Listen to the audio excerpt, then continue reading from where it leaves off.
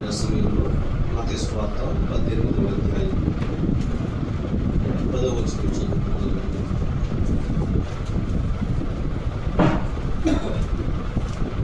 మత్తయి సువార్త 10వ అధ్యాయం 18వ అధ్యాయం 10 నుండి 14 వచనాలు చదువుకుందాం.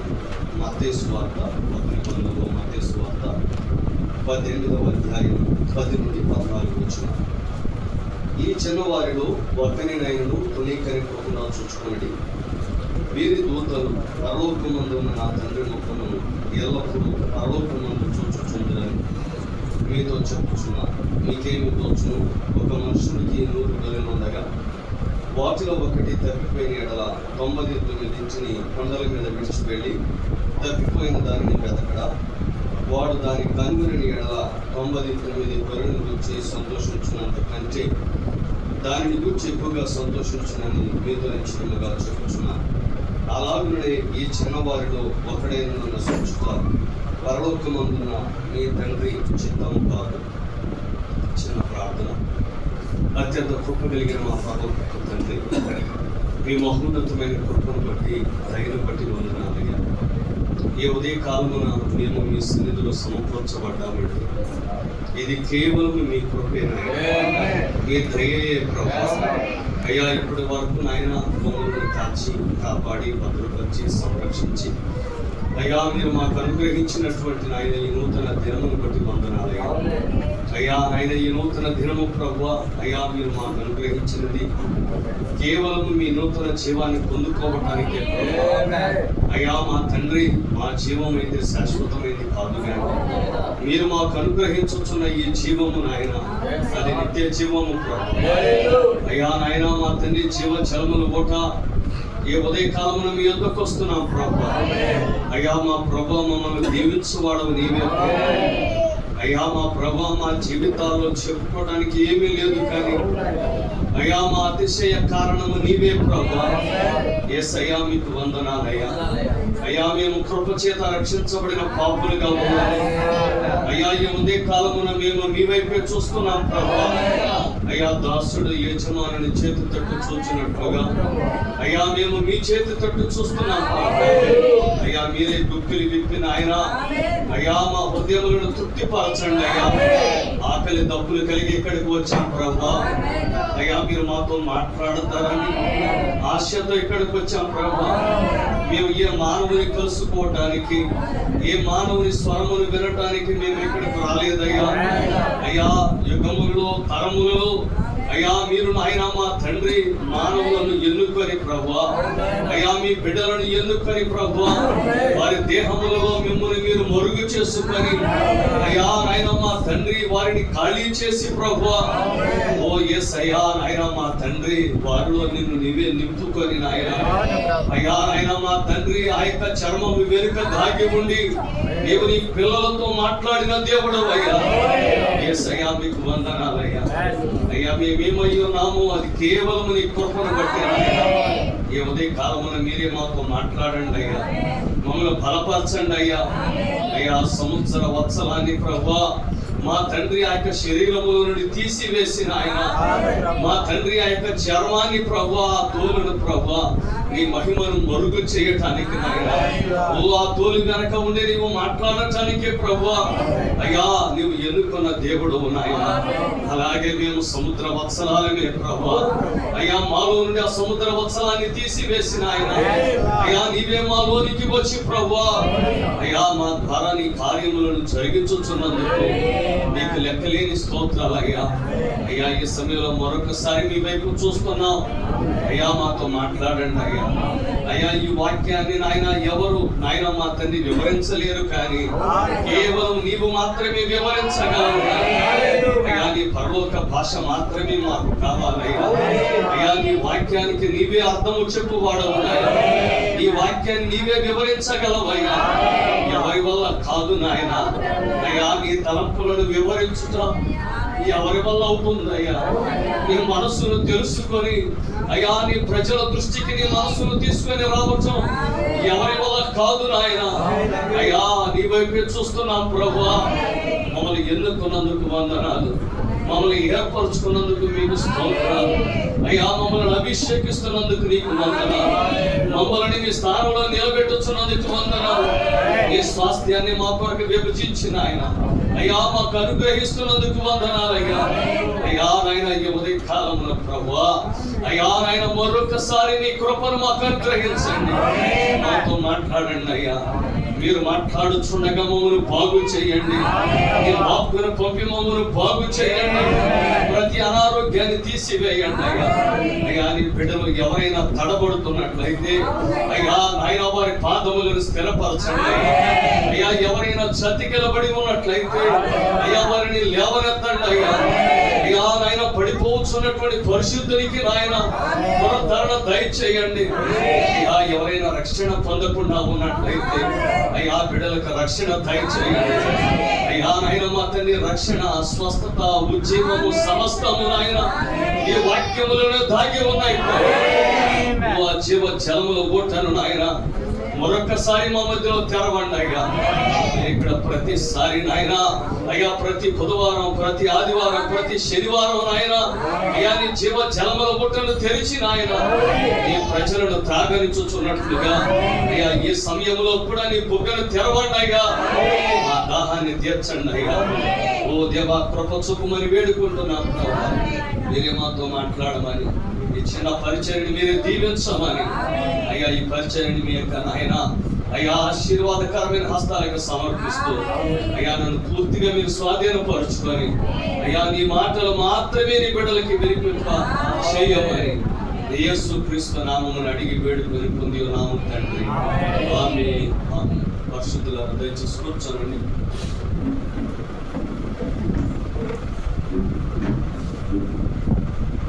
ప్రియమైన దేవుని పిల్లలారా, మీతో దేవుని వాక్యాన్ని పంచుకోవడానికి నేను ప్రేమపూర్వకంగా ఆహ్వానించిన మన ప్రశస్త దైవజనులు పాస్టర్ ప్రసాద్ ధన్యవాదాలు. మరి అదేవిధంగా కూడి వచ్చిన పరిశుద్ధులందరికీ శుభాకాంక్షలు, ధన్యవాదాలు. ప్రియమైన దేవుని పిల్లలారా, దేవుని సన్నిధిలో ఉండటం ఒక గొప్ప భాగ్యం. హల్లెలూయా. ఎందుకంటే మనము దేవుని సన్నిధిలోనికి వచ్చుచున్న ప్రతిసారి మనము దేవుని యొక్క మహిమను పొందుకుంటున్నాం, దేవుని యొక్క శక్తిని పొందుకుంటున్నాం. హల్లెలూయా. నిశ్చయంగా మరి దైవజనునికి దేవుడి నుంచి ఆలోచన అనుగ్రహించి నిశ్చయంగా ఇంకా మనం దేవునితో సహవాసం చేయాలని, దేవుని యొక్క సన్నిధిలో గడపాలని ఈ కూటాలను ఏర్పాటు చేయడం నిశ్చయంగా ఇది దేవుని యొక్క ఆలోచన, ఇది దేవుని ప్రణాళిక. ఎందుకంటే నేను వ్యక్తిగతంగా నమ్మేది ఏమిటంటే ఎంత ఎక్కువగా మనం ఆయన సన్నిధిలో ఉంటే, ఎంత ఎక్కువగా ఆయన సన్నిధిలో మనం గడిపితే మన దేహం యొక్క మార్పును మనం అంత తొందరగా పొందుకోగలం. హల్లెలూయా. కాబట్టి లోకము దాని నటన గతిస్తూ ఉంది. మంచి పరిస్థితులు చాలా భయంకరంగా ఉన్నాయి. పరిస్థితులన్నీ శరవేగంగా మారిపోతూ ఉన్నాయి. ఇలాంటి పరిస్థితుల్లో మనము మన యొక్క దేహంలో యొక్క మార్పుకి చాలా సమీపంగా ఉన్నాం. మనము మహిమను పొందుకునేటటువంటి సమయం ఆసన్నమైంది.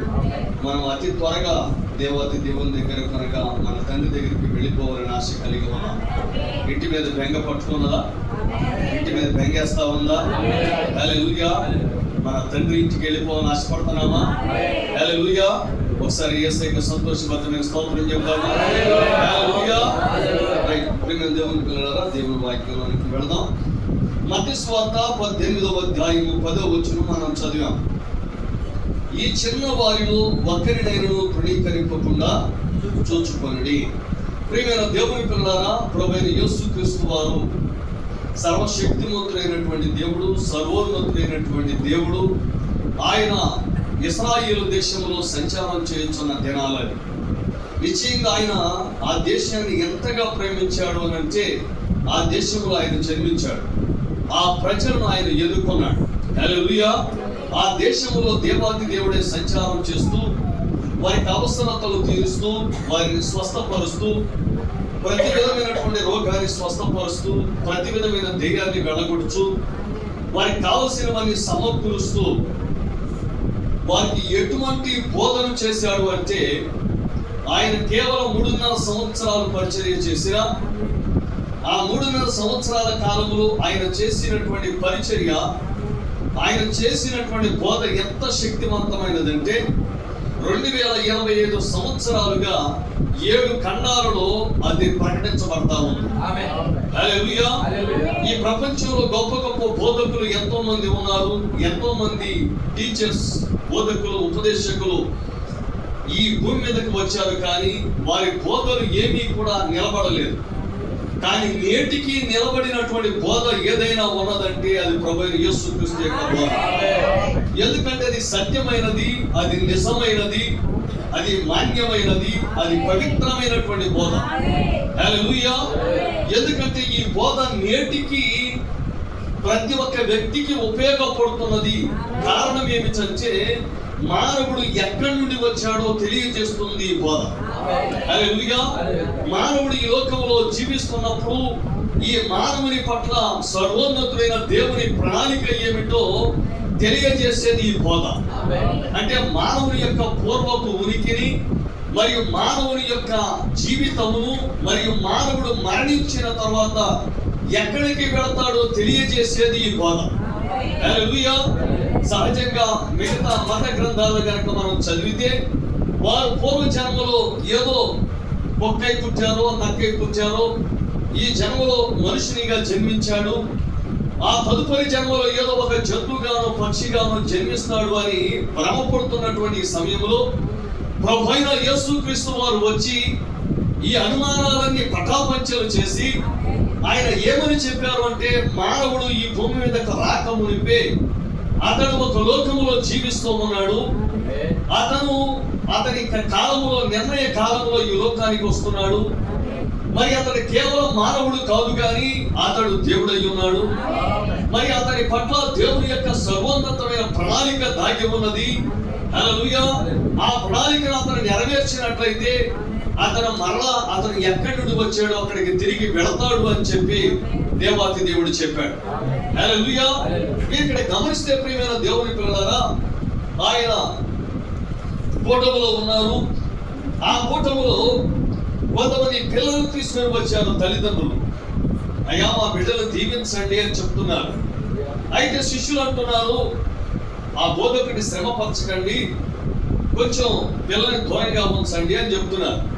అయితే యేసు ప్రభువు ఏమన్నారంటే, ఆ పిల్లల్ని నా దగ్గర రానివ్వండి, వారిని ఆటంకపరచొద్దు. ఎందుకంటే దేవుని చేత దీవించబడటానికి ఎవరు వస్తారు అని అంటే ఆ దేవునిలో భాగమైన వారు మాత్రమే వస్తారు. ఇంకెవరు రాలేరండి. హల్లెలూయా. ఈ ప్రేమపట్నంలో ఎంతో మంది ప్రజలు ఉన్నారు. కానీ మీరు మాత్రమే ఇక్కడ రావడానికి గల కారణం ఏమిటంటే, మీరు ఏ దేవుణ్ణి అయితే సేవించాలని ఆరాటపడి ఇక్కడికి వచ్చారో ఆ దేవునిలో మీరు భాగమై ఉన్నారు కనుకే మీరు ఇక్కడికి రాగలిగారు. లేకపోతే ఈరోజు ఏదో పని చేసుకుంటే 4 రూపాయలు వస్తాయి కదా అని వెళ్ళిపోతారు. హల్లెలూయా. కానీ ఆ జీవనోపాధి వల్ల వచ్చే డబ్బుల కంటే నేను పొందబోయేటటువంటి మహిమ, నేను పొందబోయే నిత్య జీవము, నేను పొందేటటువంటి ఆ యొక్క దేవుని యొక్క అభిషేకము ఈ డబ్బు కన్నా ప్రాధాన్యత గలది అని ఎంచి మీరు ఇక్కడికి వచ్చారు. హల్లెలూయా. సరే, మనకి ఏ వ్యక్తి అయినా కనబడితే ఆ వ్యక్తి గురించి మనకి తెలియదు, అవునా? ఆ వ్యక్తిని కనుక్కుంటాం. అయ్యా మీరు ఏ ఊరి వారు, ఎక్కడి నుండి వచ్చారో అని కనుక్కుంటాం. కానీ సృష్టికర్తకి తెలుసు కదా, ఆ వ్యక్తి ఎక్కడి నుండి వచ్చాడో సృష్టికర్తకి తెలుసు కదా. హల్లెలూయా. అంటే ఈ భూలోకంలో పలానా ప్రాంతం నుండి వచ్చాడని ఆయన చెప్పడం లేదు. ఆయన ఏమంటున్నాడో చూద్దాం. హల్లెలూయా. ఆ పిల్లల్ని ఆయన దగ్గరికి తీసుకుని వచ్చినప్పుడు ఆయన పిల్లల వైపు తేరి చూచి ఏమంటున్నాడంటే, ఈ చిన్నవారిలో ఒకరినైనను తృణీకరింపకుండా, అంటే కాదనకుండా చూసుకొనుడి. ఎందుకంటే వీరి దూతలు ప్రియమైన దేవుని పిల్లలారా, దూతలు అంటే రెక్కలు కలిగి ఎగిరేటటువంటి దూతల గురించి ఆయన మాట్లాడటం లేదు. వారు ఎవరు అంటే రెక్కలు కలిగి ఎగురుచున్నటువంటి దూతలు ఎవరంటే దేవుని యొద్ద నుండి వర్తమానాన్ని తీసుకొని వచ్చేటటువంటి వర్తమానికులు. ఉదాహరణకు గబ్రియల్. హల్లెలూయా. అయితే ఇక్కడ ఆయన మాట్లాడుచున్న దూతలు ఎవరంటే ఈ పిల్లల యొక్క అసలు స్వరూపాలు, అసలైనటువంటి వ్యక్తులు ఎక్కడ ఉన్నారంటే పరలోక రాజ్యములో ఉన్నారని దేవుడు చెబుతున్నాడు. హల్లెలూయా. వారు ఏం చేస్తున్నారు? వీరి దూతలు పరలోకమందున్న నా తండ్రి ముఖమును ఎల్లప్పుడూ పరలోకమందు చూచుచుందరని మీతో చెప్పుచున్నాను. అంటే కొద్ది నిమిషాలు చూడటం కాదు, కొన్ని రోజులు ఆయనతో ఉండటం కాదు, కానీ వీరు ఎల్లప్పుడూ ఆయనతోనే, అనగా నా తండ్రితోనే ఉన్నారు వీళ్ళు. అంటే జగత్తు పునాది వేయబడక మునిపే వారు క్రీస్తులో ఏర్పరచబడిన వారై, హల్లెలూయా, దేవుని ద్వారా జన్మించినటువంటి వారై, దేవుని యొక్క కుటుంబ సభ్యులుగా వారి తండ్రితో వాళ్ళు పరలోక రాజ్యంలో ఉన్నారు. హల్లెలూయా అని చెప్పుచు ఆయన వెంటనే ఏమని చెప్పారంటే, నీకేమి తోచును? ఒక మనుషునికి 100 గొర్రెలు ఉండగా వాటిలో ఒకటి తప్పిపోయిన ఎడల 99 కొండల మీద విడిచి వెళ్ళి తప్పిపోయిన దానిని వెతకడా? ఏమండి, పరలోక రాజ్యములో వీరి దూతలు ఉన్నారు అని చెప్పినటువంటి దేవుడు మరో నిమిషం ఆయన ఎవరి గురించి మాట్లాడుతున్నాడంటే, ఈ భూలోకంలో ఒక గొర్రెల కాపరి గురించి మాట్లాడుతున్నాడు. హల్లెలూయా. ఒక గొర్రెల కాపరికి 100 గొర్రెలు ఉన్నాయి, ఒకటి తప్పిపోయింది, 99 ఇంటిని విడిచిపెట్టి ఒక్కదాని కోసం వెతకడా? హల్లెలూయా. అంటే ఇప్పుడు ఆయన ఎవరి గురించి చెబుతున్నాడంటే తన గురించి తానే చెబుతున్నాడు. అంటే నా పిల్లలు పరలోక రాజ్యంలో ఉన్నారు, అయితే ఆది తల్లిదండ్రులైనటువంటి ఆదామవ్వలు చేసిన పాపాన్ని బట్టి వారు ఈ లోకంలోనికి వచ్చారు. ఇప్పుడు వారు విమోచించబడాలి, వారు రక్షణ పొందాలి, వారి ఆత్మల స్వస్థత పొందాలి, వారి యొక్క లోపల ఉన్నటువంటి వాక్యత్వ విత్తనాలు ఉజ్జీవింపబడాలి, మరలా బ్రతకాలి. కాబట్టి నేను ఏం చేస్తున్నానంటే ఈ 99 విడిచిపెట్టి ఆ ఒక్క గొర్రె కోసం నేను వెతుకుచున్నాను. అంటే నశించిన దానిని వెతకి రక్షించడానికే మనుష్య కుమారుడు ఈ లోకానికి వచ్చాడు. హల్లెలూయా. అంటే ప్రియమైన దేవుని పిల్లలారా, మీరు గమనించినట్లయితే ఈ దూతలు ఎక్కడ ఉన్నారు? ఈ లోకంలోనికి రాకమునిపే వాళ్ళు పరలోక రాజ్యంలో ఉన్నారు. వాటినే ఈ కాలపు ప్రవక్త ఏమని పిలిచాడంటే థియోఫనీస్ అని పిలిచాడు, వాక్యపు దేహాలు అని పిలిచాడు. హల్లెలూయా. అంటే థియోస్ అనగా దేవుడు, ఫ్యానియన్ అనగా దేహము, అనగా దేవుని యొక్క దేహము కలిగినటువంటి వారే దేవుని పిల్లలు. హల్లెలూయా. ఇప్పుడు నేను నా తండ్రిలో నుండి వచ్చాను భౌతికంగా, అవునా? అంటే నేను ఈ లోకంలోనికి రాకమునిపే నేను నా తండ్రిలో భాగమై ఉన్నాను. భౌతికంగా మాట్లాడుచున్నాను. నేను నా తండ్రిలో ఆయన యొక్క శరీరములో వీర్య కణముగా ఉన్నా, జీవ కణముగా ఉన్నాను.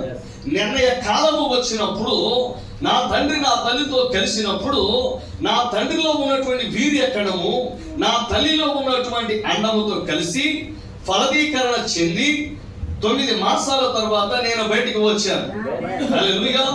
ప్రియమైన దేవుని పిల్లారా, భౌతికంగా ఒక మానవుడు ఈ లోకములోనికి రాకమునుపు ఏ విధముగా అతడు తన తండ్రిలో భాగమై ఉన్నాడో, అలాగే నిజ క్రైస్తవుడు కూడా, ఈ చివరి కాలపు వర్తమాన విశ్వాసి కూడా అతడు ఈ లోకములోనికి రాకమునుపు ఆత్మ సంబంధముగా అతడు పరలోక రాజ్యంలో అతని తండ్రిలో భాగమై ఉన్నాడు. హల్లెలూయా. ఇప్పుడు ఆ వ్యక్తి తప్పిపోతే ఇప్పుడు ఆ వ్యక్తిని వెతకడానికి దేవుడే వస్తున్నాడు. ఎందుకంటే ఆ వ్యక్తి ఎవరో కాదు, అతడు దైవమై ఉన్నాడు, అతడు చిన్న దేవుడై ఉన్నాడు. కాకి పిల్ల కాకియే, సింహపు పిల్ల సింహమే, దేవుని పిల్లవాడు కూడా దేవుడే. హల్లెలూయా. మరి ఉదయ కాలంలో నేను మిమ్మల్ని ఇలా సంబోధించొచ్చా? దైవములారా అని సంబోధించొచ్చా? హల్లెలూయా. ఎందుకంటే ఈ దైవముల దగ్గరికి దేవుని వాక్యము వెతుక్కుంటూ వస్తుంది. హల్లెలూయా. ఎక్కడో కెంటకీలో అమెరికా దేశంలో జన్మించినటువంటి ప్రవక్త యొక్క వర్తమానం ఈ రోజు మనల్ని ఆకర్షిస్తున్న కారణం ఏమిటంటే ఆ వాక్యములో మనం భాగమయ్యాం. స్తోత్రం చెబుదామా? ప్రియమైన దేవుని పిల్లలారా, ఆయన ఇంకా ఏమని చెబుతున్నారంటే, వాడు దాని కనుగొనిన ఎడల 99 గొర్రెల గురించి సంతోషించునంత కంటే దానిని గురించి ఎక్కువగా సంతోషించునని మీతో నిశ్చయముగా చెప్పుచున్నాను. అలాగునే ఈ చిన్నవారిలో ఒక్కడైనను నశించుట పరలోకమందున మీ తండ్రి చిత్తము కాదు. హల్లెలూయా. ప్రియమైన దేవుని పిల్లలారా, ఆయన ప్రారంభంలో ఏమన్నాడంటే 10వ వచనంలో పరలోకమందున నా తండ్రి ముఖము అన్నాడు. ఏమన్నాడు? పరలోకమందున నా తండ్రి ముఖము అన్నాడు.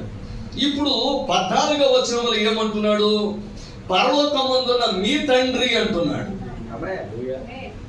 హల్లెలూయా. అంటే ఇప్పుడు ఆయన తండ్రి మన తండ్రి ఒకరే. అవునా? హల్లెలూయా. ఆయన ఇక్కడ ఏమంటున్నాడు? ఈ దూతలు పరలోకమందున నా తండ్రి ముఖాన్ని చూస్తున్నారు అన్నాడు యేసయ్య. హల్లెలూయా. ఇప్పుడు 14వ వచనంలో ఏమంటున్నారు? పరలోకమందున మీ తండ్రి చిత్తము కాదు అంటున్నాడు. అంటే ఇక్కడ ఇద్దరు దేవుళ్ళు లేరండి, ఒక్క దేవుడే. అయితే ప్రియమైన దేవుని పిల్లలారా, మనం ఒక్కసారి తిమోతికి రాసిన పత్రికకి వెళదాం.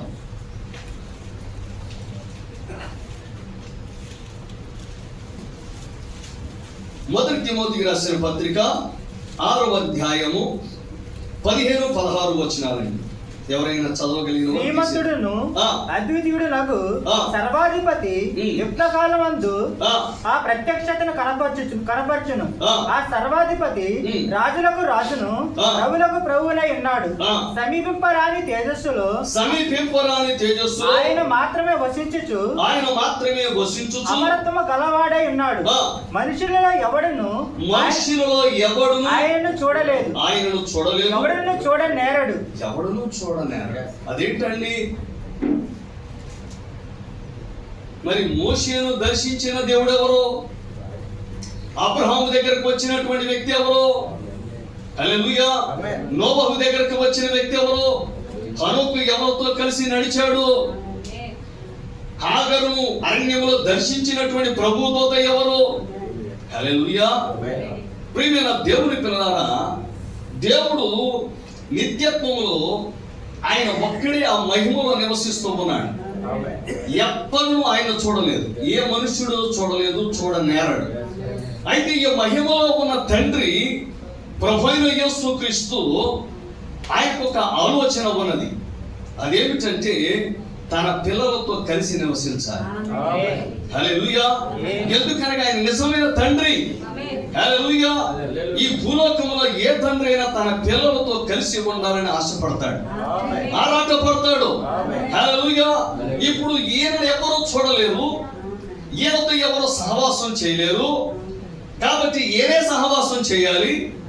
అవునా? కాబట్టి ఆయన తండ్రి, కుమార, పరిశుద్ధాత్మ అనగా ఒక్క దేవుడే. హల్లెలూయా.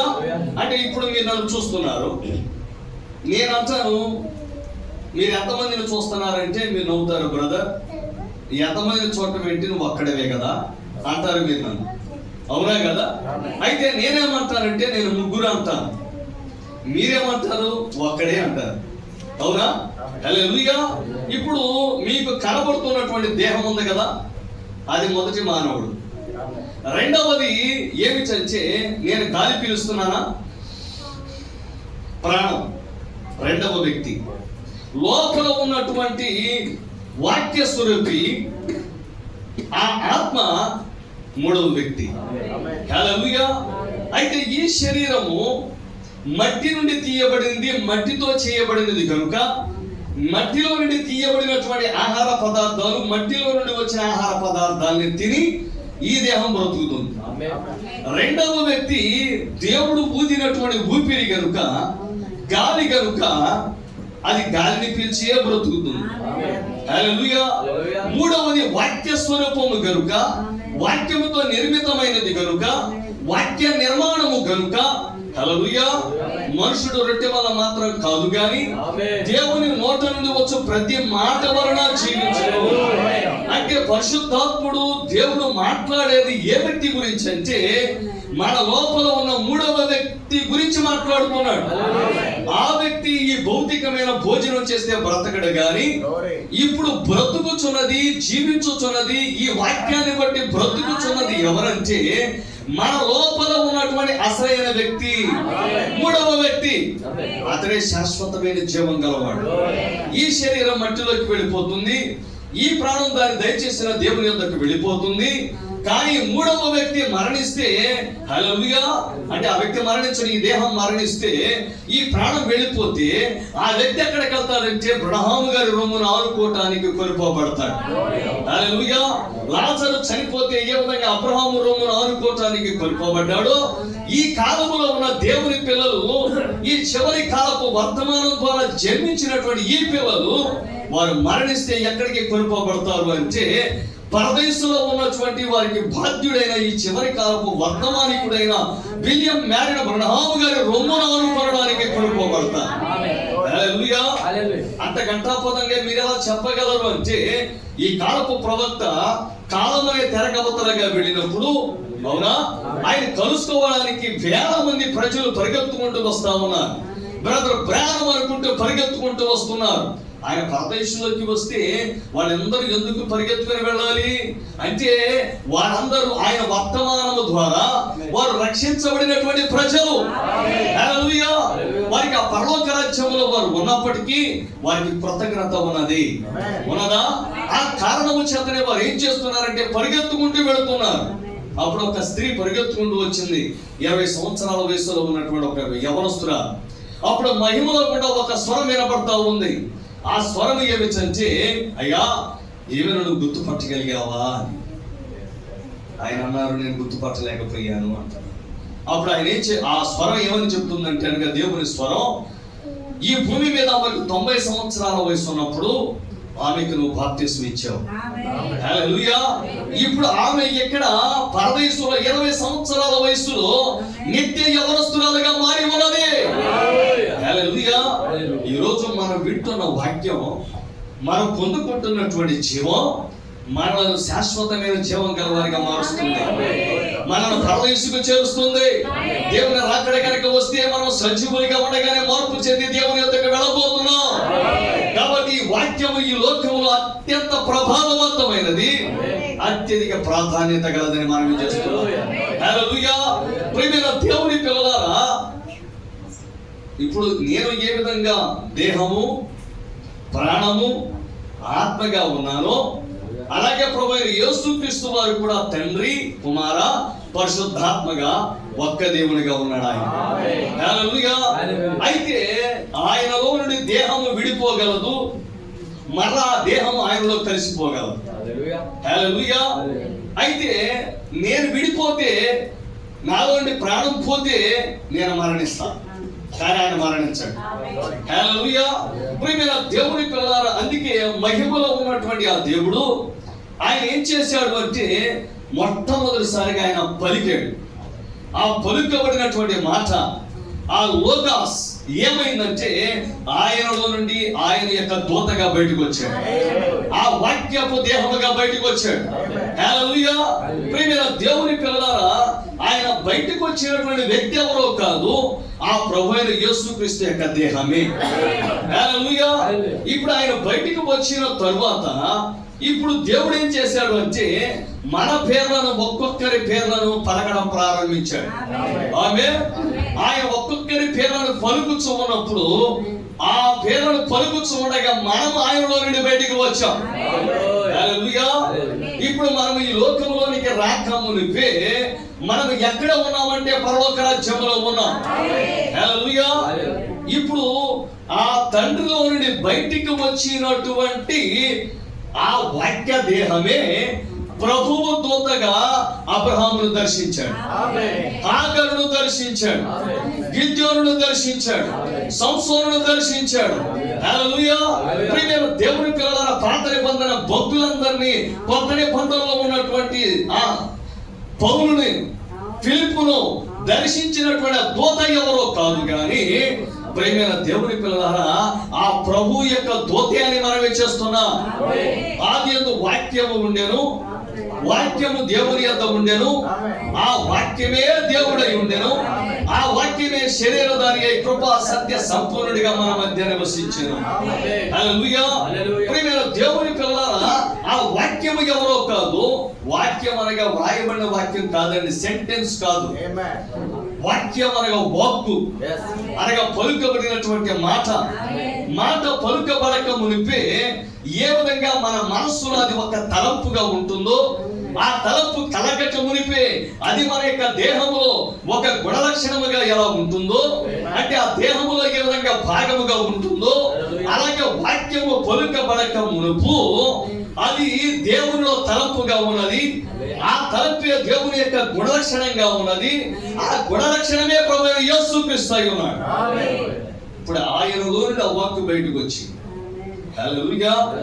ఆయనే మెల్కీసెదెకు, ఆయనే ప్రభువు దూత, ఆయనే అగ్ని స్తంభముగా ఇశ్రాయేలు ప్రజలను వాగ్దాన దేశానికి నడిపించినటువంటి వాడు. పగటి వేళ మేఘ స్తంభముగా, రాత్రి వేళ అగ్ని స్తంభముగా ఇశ్రాయేలు ప్రజలను వాగ్దాన దేశానికి నడిపించిన వాడే ఆ ప్రభువు దూతని మనవి చేస్తున్నాడు. ఆ ప్రభువు దూతగా ఆయన మేఘ స్తంభములో తనను తాను మరుగు చేసుకున్నాడు, అగ్ని స్తంభములో మరుగు చేసుకున్నాడు. హల్లెలూయా. మరి అదే అగ్ని స్తంభము దమస్కు మార్గంలో సౌలును పౌలుగా మార్చింది. అందుకే ఆయన అడిగాడు, ప్రభువా నీవు ఎవరు అంటే, నీవు హింసించుచున్న యేసును అన్నాడు ఆయన. ఎందుకంటే ప్రభువా అని ఎందుకు పలికాడంటే, అపోస్తలుడైన పౌలు ధర్మశాస్త్రోపదేశకుడు, ధర్మశాస్త్ర నిష్ణాతుడు కాబట్టి అగ్నిస్తంభం కనబడింది అని అంటే, అగ్నిస్తంభం ఎవరో కాదు, పాత నిబంధనలో ఇశ్రాయేలు ప్రజలను వాగ్దాన దేశానికి ఐగుప్తు నుండి నడిపించినటువంటి వాడు దేవుడు కనుక ఆ అగ్నిస్తంభంలో ఉన్నది ప్రభువే అని ఆయన ఏమని పలుకుతున్నాడంటే, ప్రభువా ఎవరు అని అడుగుతున్నాడు. అప్పుడు ఆ ప్రభు అంటున్నారు, నీవు హింసించుచున్న యేసును అన్నాడు ఆయన. అంటే ప్రభు అయిన యేసుక్రీస్తు అనగా తండ్రి అయినటువంటి యెహోవా, ఆ ప్రభు అయిన యేసుక్రీస్తు, యేసు వేరు కాదు, ఒక్కరే. హల్లెలూయా. ఇప్పుడు దేవునిలో నుండి ఏ విధముగా ఆ యేసు బయటకు వచ్చాడో, ఆ వాక్యపు దేహం ఎలా బయటకు వచ్చిందో, ఆ లోకాస్ ఎలా బయటకు వచ్చిందో, ఆయనే ప్రభువు దూత, ఆయనే మెల్కీసెదెకు, ఆయనే అగ్ని స్తంభము, ఆయనే మేఘ స్తంభము, ఆయనే యోబుతో సుడిగాలిలో ఉండే మాట్లాడినటువంటి వాడు, ఆ ప్రభువు దూతే ఈ కాలపు ప్రవక్త విలియం బ్రహ్మాం గారిని ఆ గుహలో అర్ధరాత్రి 11 గంటలకి కలుసుకున్నటువంటి ప్రభువు దూత ఆయనే. ఈ కాలపు ప్రవక్తతో ప్రతిరోజు ఇంచుమించుగా ప్రతిరోజు, లేకపోతే ఆయన నిర్ణయించిన ప్రతి కాలములు ఈ కాలపు ప్రవక్తను కలుసుకొని ఆయనతో మాట్లాడి ఆయన నడిపించిన వాడు ప్రభువు దూత. హల్లెలూయా. సరే ప్రేమ దేవుని పిల్లలారా, మన దేవునికి ఏ విధముగా ఒక దూత ఉన్నాడో, అంటే ఆయనలో నుండి బయటికి వచ్చినటువంటి ఒక దూత ఉన్నాడు. ప్రభుదూత అనే పదాన్ని మీరు అనేక సార్లు చదువుకుంటారు. ఆమె అంటే ఈ ప్రభుదూత ఎవరో కాదు కానీ సాక్షాత్తు ప్రభువే. హల్లెలూయా. అలాగే మనము కూడా యేసు ప్రభు వారు బయటకు వచ్చిన తర్వాత, ఆయన జ్యేష్ఠుడు కదా, ఆయన ముందుగా జన్మించినటువంటి వాడు, ఆయన ఆది సంబుద్ధుడు. హల్లెలూయా. ఆయన సృష్టిని జరిగించినటువంటి వాడు. ఆమేన్. ఆయన ద్వారానే సమస్తం కలిగాయి, ఆయన లేకుండా ఏమీ కలగలేదు, ఆయన నిమిత్తమే సమస్తం కలిగాయి. హల్లెలూయా. ఇప్పుడు ఆయన తర్వాత ఎవరు బయటకు వచ్చామంటే మనందరం బయటకు వచ్చాం. యాకోబు రాసిన పత్రిక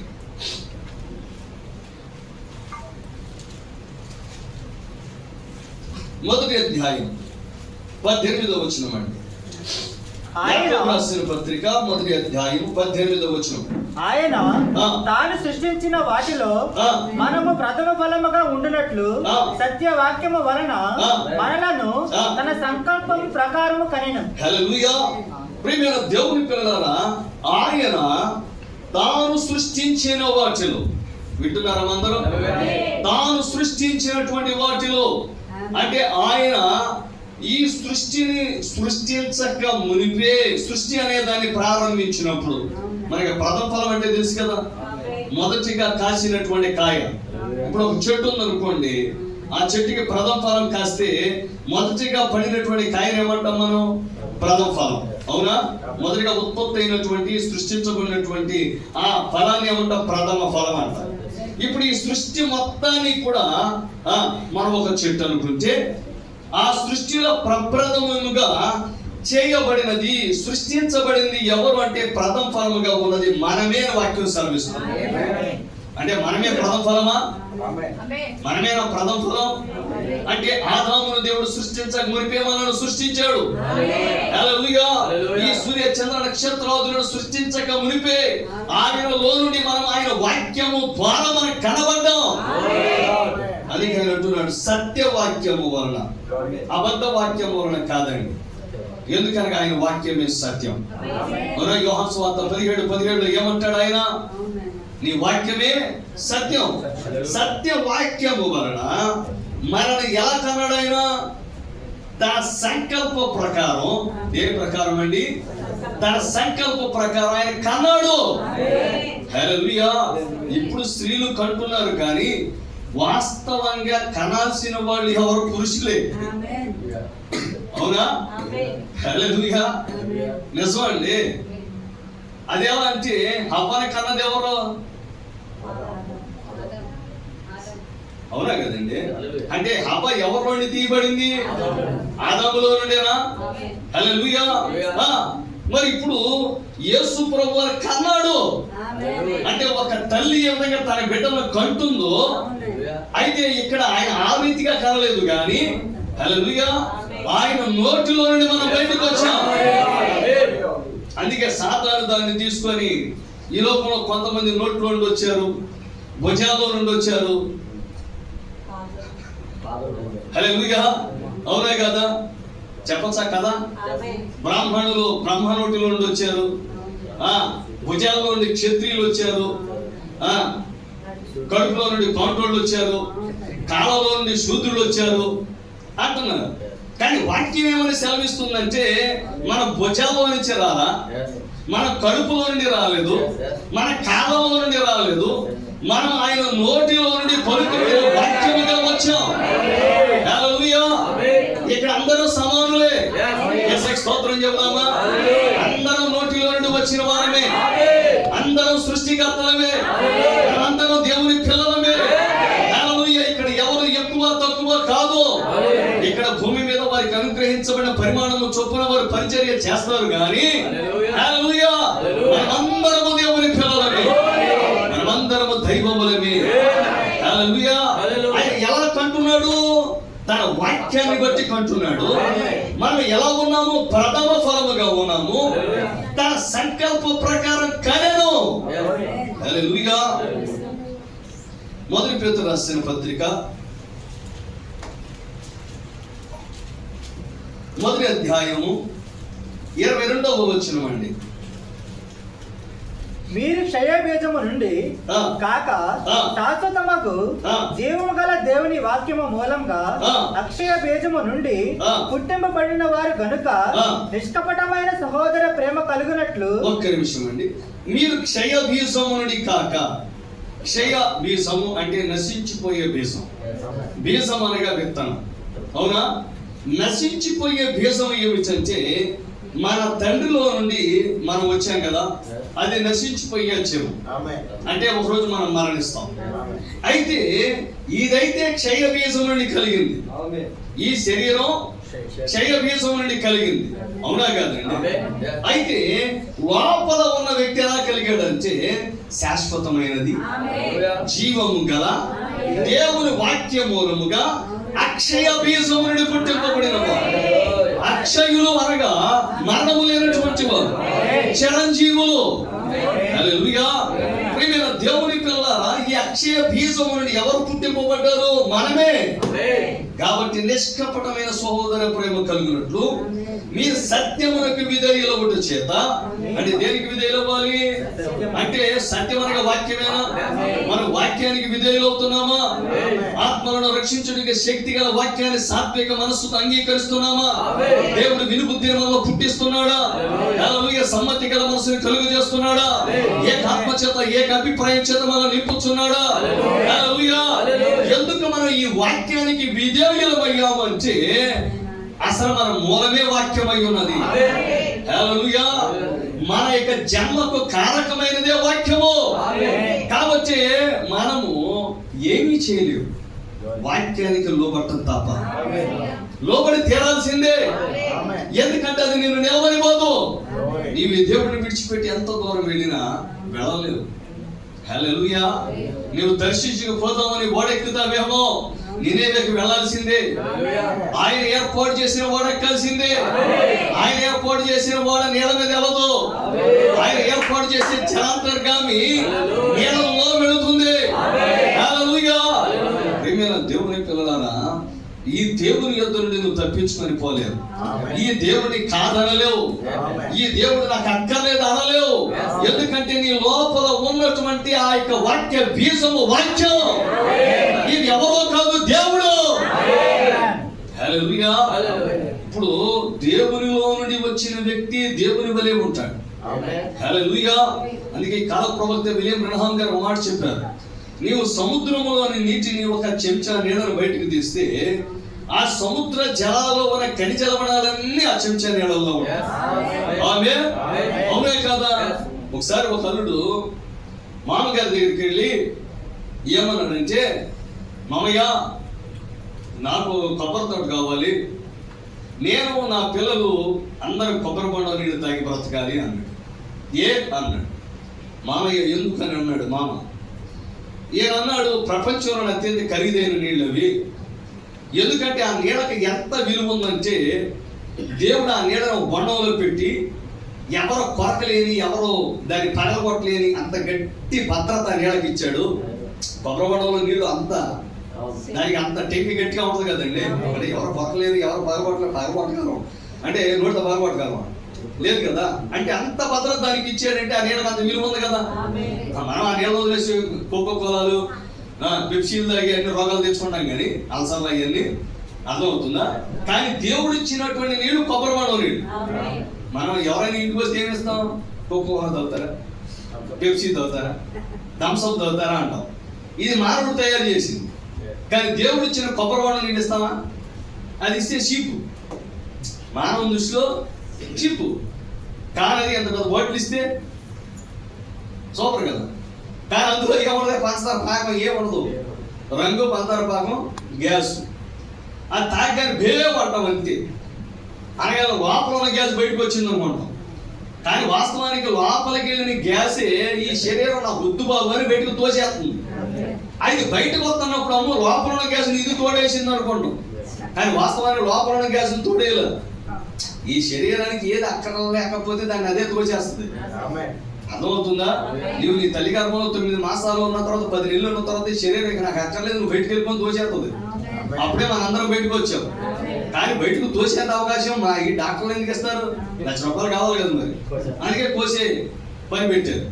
అర్థమవుతుందా? హల్లెలూయా. ఇప్పుడు దేవుడు మనకి ఏది అనుగ్రహించినా అది జీవము గలది. సరే, ఈ అల్లుడు అడిగాడు మామగారిని, మామయ్య నాకు తోట కావాలంటే ఆయన ఒక పాత టెంక తీసుకొచ్చి ఇచ్చాడు, కొబ్బరి టెంక. నేను తోట అడుగుతాను, తోట ఇందులోనే ఉంది అల్లుడు అని. తోట టెంకలో ఉందా? ఏమాయ్ మీ నాన్నగారు బుర్రపోయిందా అన్నాడు. ఆయనకేం పోలేదు, ఆయన ఇంకా బాగానే ఉన్నాడు అని కూతురు చెప్పు. ఆ టెంకని తీసుకొచ్చి అన్నాడు, అల్లుడు నువ్వు పట్టణంలో ఉన్నవాడు కానీ నీకేం తెలియట్లా, ఈ టెంకిని తీసుకెళ్ళి పాతిపెట్టు.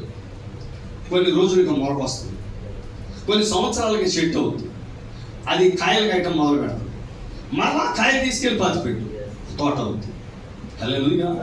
అందుకే ఈ కాల ప్రవక్త ఏమన్నాడంటే, నువ్వు ఒక విత్తనాన్ని చూస్తే విత్తనాన్ని విత్తనంగానే చూస్తావు, కానీ దేవుడైతే ఆ విత్తనములో ఎన్ని చెట్లు ఉన్నాయో, ఆ చెట్లకి ఎన్ని ఫలములు ఫలించబోతున్నాయో, ఆ ఫలాలు మరలా గింజలు భూమిలోకి వెళ్ళి ఫలం ఎండిపోయి మరలా గింజలు భూమి మీద పడి మరలా ఎన్ని చెట్లుగా మోస్తాయి, ఎన్ని తోటలు అవుతాయి ఆయనకే తెలుసు. హల్లెలూయా. వాస్తవం కాదండి. ఇప్పుడు ఈ చెట్టు మొత్తం ఎక్కడ ఉంది? టెంకలో ఉందా? కొబ్బరికాయలో ఉందా? ఉందా లేదా? హల్లెలూయా. అలాగే దేవుడు మొత్తం ఈ లోపల చిన్న వాక్యపు విత్తనంలో ఉన్నాడు. హల్లెలూయా. అందుకే నీవు పలికితే సృష్టి సృష్టించబడుతుంది అన్నాడు. అందుకే ఈ కాలంలో ఈ కాలపు ప్రవక్త ద్వారా దేవుడు దాన్ని రుజువు చేశాడు. ప్రవక్తలో ఉన్నటువంటి వ్యక్తి కేవలం మానవుడు కాదు, దేవుడు అని చెప్పాడు. ఓ చిన్న చేప, నీకు ప్రభువైన యేసుక్రీస్తు నామములో జీవం ఇస్తున్నాడు, బ్రతుకు. చేపను ఎందుకు బ్రతికించాలి? రోజు కొన్ని పాటల చేపలు మరణిస్తున్నాయి కదా. చిన్న చేపకు ఎందుకు జీవం ఇవ్వాలి, ఎందుకు బ్రతికించాలంటే దేవుడు రుజువు చేస్తున్నాడు. ఎందుకంటే ఆ ప్రవక్త అనేటటువంటి చిన్న శరీరంలో దాగి ఉన్న వ్యక్తి దేవుడు అని, సృష్టికర్త అని, ఆయన పలికితే జీవం వస్తుందని. హల్లెలూయా. వాస్తవమైన దేవుని పిల్లలు, హల్లెలూయా. ఆయన ఈ భూమి మీద ఉన్నప్పుడు, ప్రభువైన యేసుక్రీస్తు వారి భూమి మీద ఉన్నప్పుడు ఒక చెట్టును శపించాడు. చాలా మందికి అర్థం కాని విషయం, ఆ సీజన్ కాదుగా, ఋతువు కాదుగా. ఎందుకైనా శపించాలి అంటే అసలు ఆయన ఎవరో రుజువు చేసుకోవాలి. ఆయన ఎవరో రుజువు చేసుకోబట్టి, ఆయన సృష్టికర్త కాబట్టి సృష్టి పైన ఆయనకు అధికారం ఉందని ఆ ప్రజలకు తెలిస్తేనే వాళ్ళు ఆయన వెంబడిస్తారు. అందుకే పేతురు అంటున్నాడు, ప్రభువా నువ్వు శపించినది వేళ్ళు మొదలు పని ఎండిపోయిందయ్యా. మూడవ ఈడ్పు పరిచయం అక్కడ చూపించాడు. పలుకబడిన వాక్యం అక్కడ నెరవేరింది. హల్లెలూయా. ప్రియమైన దేవుని పిల్లలారా, ఇప్పుడు ఆ చిన్న విత్తనంలో ఒక చెట్టు ఉన్నట్లుగానే ఇప్పుడు నీలో ఎవరున్నారు? దేవుడు ఉన్నాడు. ఉన్నాడా? ఇప్పుడు దేవునిలో ఏ మహిమ ఉన్నదో ఆ మహిమ నీకుంది. దేవునికి ఎంత శక్తి ఉందో ఆ శక్తి నీకుంది. దేవునికి ఉన్న గుణ లక్షణాలన్నీ నీకున్నాయి. దేవుడు ఏ విధంగా పలికితే సూర్యుడే సృష్టించబడ్డాడు, ఆ శక్తి నీలో ఉన్నది. హల్లెలూయా. ఉందా లేదా? ఉందో లేదో యెహోషువకి తెలుసు. తెలుసా లేదా? కాబట్టి యెహోషువ నిలవబడి ఇశ్రాయేలీయుల పైన శత్రువులు జయమందుతుంటే, సూర్యుడు ఆగిపోతే తప్ప ఇశ్రాయేలీయులు గెలవరని అక్కడ నిలవబడి కొన్ని కోట్ల మైళ్ళ దూరంలో ఉన్న సూర్యుడితో మాట్లాడుతున్నాడు. సూర్యుడా నిలవు అన్నాడు. చుట్టుపక్కల ఉన్నవాడు పిచ్చోడే ఏంటి సూర్యుడితో మాట్లాడుతున్నాడు అనుకోరు. హల్లెలూయా. కానీ ఈ వాక్యం ఒక సెకండ్ లో కొన్ని కోట్ల మైళ్ళ దూరంలో ప్రయాణించి పరిభ్రమిస్తున్నటువంటి సూర్యుడిని పట్టుకుని ఆపేశాడు. ఆ తర్వాత చంద్రుడితో మాట్లాడాడు, నువ్వు అక్కడ ఆగో. హల్లెలూయా. ఇప్పుడు సూర్యుడు చంద్రుడు యెహోషువ మాటకు లోబడ్డారంటే ఒక దినమెల్లా సూర్యుడు అస్తమించడానికి త్వరపడలేదని వాక్యం సెలవిస్తుంది. అంటే ఇప్పుడు అవి కేవలం యెహోషువకు లోబడటం లేదు, కానీ యెహోషువలో ఉన్నటువంటి దేవునికి లోబడ్డాయి. ఎందుకంటే సృష్టికర్తకే సృష్టి లోబడుతుంది. అందుకే శిష్యులు ఆయన నిద్ర లేపినప్పుడు ఆయన లేచి ఎందుకు అల్పవిస్తున్నారు, టెన్షన్ పడతారు అని చెప్పని ఆయన రేగుచున్న తుఫాన్ని గద్దిస్తే తుఫాను నిమ్మలమైపోయింది, సముద్రం పొంగకుండా ఆగిపోయిందంటే కారణం ఏంటో తెలుసా? ప్రియమైన దేవుని పిల్లలారా, ఆ యేసు అనే చిన్న దేహంలో దేవుడు ఉన్నాడు. యేసుకి స్తోత్రం చెబుదామా? హల్లెలూయా. అందుకే ఈ కాలపు ప్రవక్త అబ్రహాం గారు ఆ పర్వతం మీద నుండి దిగి వస్తుంటే, పరిగెత్తుకుంటూ వస్తుంటే దేవుడు స్వరం వినబడింది, ఆగో వెనక్కి వెళ్ళు అన్న. ప్రభువా అది మంచు తుఫాన్ అయ్యా, క్షణకాలంలో 20 అడుగులు ఎత్తు మేట వేసేస్తుంది అయ్యా, నేను అందులో సమాధి అయిపోతానంటే వెంటలో తుఫానికి ఎదురెడుతున్నాడు. అది మంచు తుఫాన్. దేవుడు అంటున్నాడు దాన్ని గద్దించు, ఎక్కడి నుండి వచ్చావని తిరిగాను. ఆ తుఫాన్ని ముంచుకొచ్చున్న తుఫాన్ని ఆయన గద్దిస్తే అది వెనక్కి వెళ్ళిపోయింది. ఆ చిన్న దేహంలో ఉన్నటువంటి దేవుని స్వరానికి సృష్టిలో పడింది. యేసుకి స్తోత్రం చెబుదామా? ఎందుకంటే ఆ చిన్న దేహంలో, ఆ ప్రవక్త అనే దేహంలో ఎవరున్నారంటే దేవుడు ఉన్నాడు. ఆ ప్రవక్త దేహంలో దేవుడు ఉన్నట్లుగానే ఈ చిన్న చిన్న దేహాలలో దేవుడు ఉన్నాడు. హల్లెలూయా. ఆ అక్షయ బీజం ఉన్నదా? ఆ దేవుని బీజం ఉన్నదా? అది వాక్య విత్తనమేనా? ఆ వాక్య విత్తనంలో సృష్టించే శక్తి దాగి ఉన్నది. ఆ వాక్య విత్తనంలో సృష్టిని నియంత్రించే శక్తి దాగి ఉన్నది. ఆ వాక్య విత్తనంలో నీకంటూ ఒక ప్రపంచాన్ని సృష్టించుకోగలిగిన శక్తి దాగి ఉన్నది. ఆ చిన్న విత్తనములో ఈ వ్యాధిని నువ్వు గద్దించే శక్తి దాగి ఉన్నది. పేతురు అతయ్యక చేయి పట్టుకొని జ్వరాన్ని గద్దిస్తున్నాడు. అంటే జ్వరం ఒక మనిషే ఏంటి? గద్దిస్తే జ్వరం విడిచిపెట్టి వెళ్ళటానికి. కానీ ఆ జ్వరమును కలుగ చేసినటువంటి క్రిములు, ఆ క్రిములను ఆ పని చేయుచున్న జీవ సాతాను చెప్పం కనుక దేవుడు ఆ సాతానుతో మాట్లాడుతున్నాడు, విడిచిపెట్టి వెళ్ళిపో. హల్లెలూయా. నువ్వు మాట్లాడగలవు, నీవు మాట్లాడగలవు. హల్లెలూయా. ఇప్పుడు నీ వ్యాధితో మాట్లాడగలవు, నీ పరిస్థితితో మాట్లాడగలవు, ప్రతి పరిస్థితితో మాట్లాడగలవు. నీ మాట్లాడితే ప్రతిదీ నీకు లోబడుతుంది. తెలుసా? నీలో దేవుడు ఉన్నాడు, నీలో దేవుడు ఉన్నాడు. ఆ దేవుడు ఒక సృష్టికర్త. హల్లెలూయా. ఎందుకంటే ప్రియమైన దేవుని పిల్లలారా, ఆ పరలోక రాజ్యంలో నీ వాక్యపు దేహం ఉన్నది, ఉందా? హల్లెలూయా. మరి ఇప్పుడు అయ్యా అక్కడ మా దేహం ఉన్నది, ఎక్కడ మేమున్నాం, మరి మా లోపల దేవుడు ఉన్నాడు అంటున్నారు. ఎలా అంటే ఒక చిన్న మాట చెప్పు. ఇప్పుడు ఈ ఫోన్ ఉంది కదా, ఉందా?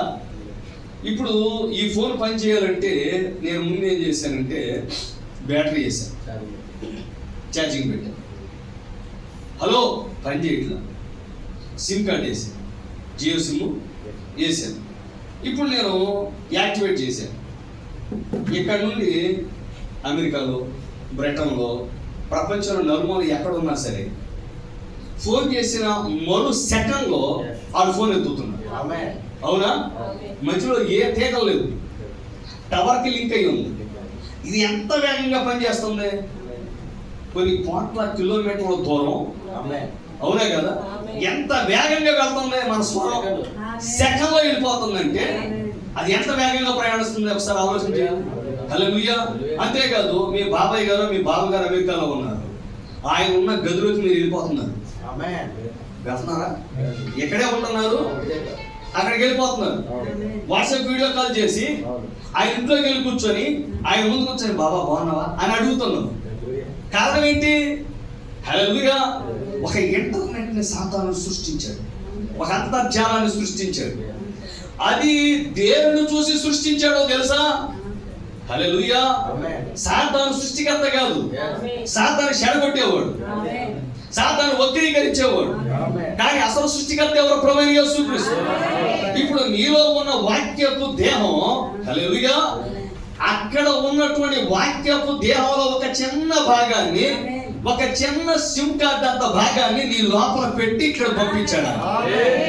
ఇప్పుడు ఈ సిమ్ కార్డు దేనితో కనెక్ట్ అవుతుందంటే ఈ వాక్యపు దేహంతో కనెక్ట్ అవుతుంది. అవునా? ఇప్పుడు ఈ సిమ్ కార్డు దేనికి కనెక్ట్ అయితే టవర్ కనెక్ట్ అవుతుంది. టవర్ కనెక్ట్ అయితేనే సిగ్నల్స్ వస్తా ఉంటాయి, అవునా కదా? నీవు ఈ వర్తమానం తీసుకుని వెళ్ళి మీ చుట్టాలకు ఎవరికైనా వాక్యం చెబుతుంటే అదేం అర్థం కాదు, ఏం అర్థం కాదు, ఏం అర్థం కావట్లేదు. నాకు ఎంత బాగా అర్థమైపోయిందంటే ఇప్పుడు నీకేం సిగ్నల్ ఫుల్గా ఉంది, వాళ్ళకి అసలు ఆ సిమ్ కార్డు టవర్తో కనెక్ట్ అయ్యలేదు. అర్థమవుతుందండి? వాళ్ళ సిమ్ కార్డు దేంతో కనెక్ట్ అయ్యిందంటే పాతాళంతో కనెక్ట్ అయ్యింది. అర్థమైందా? ఇప్పుడు ఆ పాతాళంతో కనెక్ట్ అయ్యింది కాబట్టి అక్కడ నుండి వాళ్ళకి వచ్చేస్తాయి సందేశాలు. కానీ ఇప్పుడు నీ సిమ్ కార్డు ఏమో పరలోక రాజ్యంలో నీ టవర్ చూసావా? నీ వాక్యపు దేహంతో నీ థియోఫనీతో కనెక్ట్ అయ్యి ఉంది. ఇప్పుడు వాక్యం నీకు ఎందుకు అర్థమవుతున్నది అంటే ఆ వాక్యపు దేహం యొక్క భాగం చిప్పు నీలో ఉంది కాబట్టి నీకు కనెక్షన్ ఫుల్ గా ఉంది. ఆ భాష నీకే అర్థమవుతుంది, ఈ ప్రపంచంలో ఎవరికి అర్థం కాదు. విలియం బ్రహ్మాం గారి వర్తమానం, యేసు ప్రభు యొక్క వర్తమానం ఎవరికి అర్థమవుతుందంటే ఆ దేవుడిలో భాగమై ఉన్న వారికి మాత్రమే అర్థమవుతుంది. ఇంకెవరికి అర్థం కాదు, ఇంకెవరికి అర్థం కాదు. ఎవరు వాడు నమ్మట్లేదు, నేను కూడా నమ్మాలంటే కుదరదు. ఇది నీకు మాత్రమే. నన్ను ఎవరైనా మోసం చేస్తున్నారా? లేదు, ఎవ్వరు మోసం చేయట్లేదు. హల్లెలూయా. ఎవ్వరు మోసం చేయలేదు నేను. ఎందుకంటే ఈ వాక్యం నీకు వస్తుంది, నీకే అర్థమవుతుంది. మీకు విషయం చెప్పనా? ప్రపంచ మేధావులకి ఈ వాక్యం అర్థం కాదు. ఈ కాలపు ప్రవక్త వర్తమానాలు చదవడానికి చాలా సింపుల్ గా అనిపిస్తాయి మనకి, కానీ ప్రపంచ శాస్త్రవేత్తలకు అర్థం కావట్లేదు, అర్థం కావట్లేదండి. హల్లెలూయా. ఎందుకంటే మానవుడిని ఎలాగోలా తీసుకెళ్లి ఈ భూమి మీద కాకుండా మరొక గ్రహం మీద బతికించాలని చంద్రమండలానికి వెళ్తున్నారు, మార్స్ అంటే అంగార గ్రహానికి, రకరకాల గ్రహాలకు వెళ్తున్నారు. కానీ అంత దూరంలో ఉండగానే పేలిపోతున్నాయి. కొన్ని కోట్ల రూపాయల, లక్షల కోట్లు ఖర్చు పెట్టి అక్కడికి వెళ్ళి ఆ మట్టి తీసుకొచ్చి ఆ మట్టిని మ్యూజియంలో పెట్టి, చంద్రమండలం మట్టి, ఈ బొత్తుకంతా ఏంటి? అంత మట్టి, అంత ఎముక, ఆ ఎముకని స్టడీ చేస్తూ ఎన్ని సంవత్సరాల క్రితం నాటిది, ఇది కొన్ని కోట్ల ఏంటంటే దానివల్ల ప్రయోజనం ఏంటి? బొత్తుకంతా నాశనం అయిపోయి ఒక బోన్ని, ఒక ఎముకని, అంత మట్టిని, రాయిని ప్రయోగం చేస్తూ లేకపోతే పరిశోధిస్తూ తర్వాత చచ్చిపోయిన నరకానికి వెళ్తున్నాడు. మానవుడి బతికి అంత చీపా? హల్లెలూయా.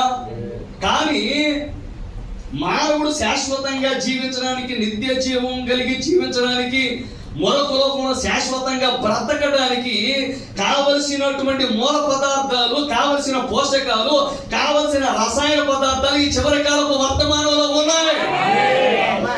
మిమ్మల్ని ఇంకో విధంగా నేను పిలవచ్చా?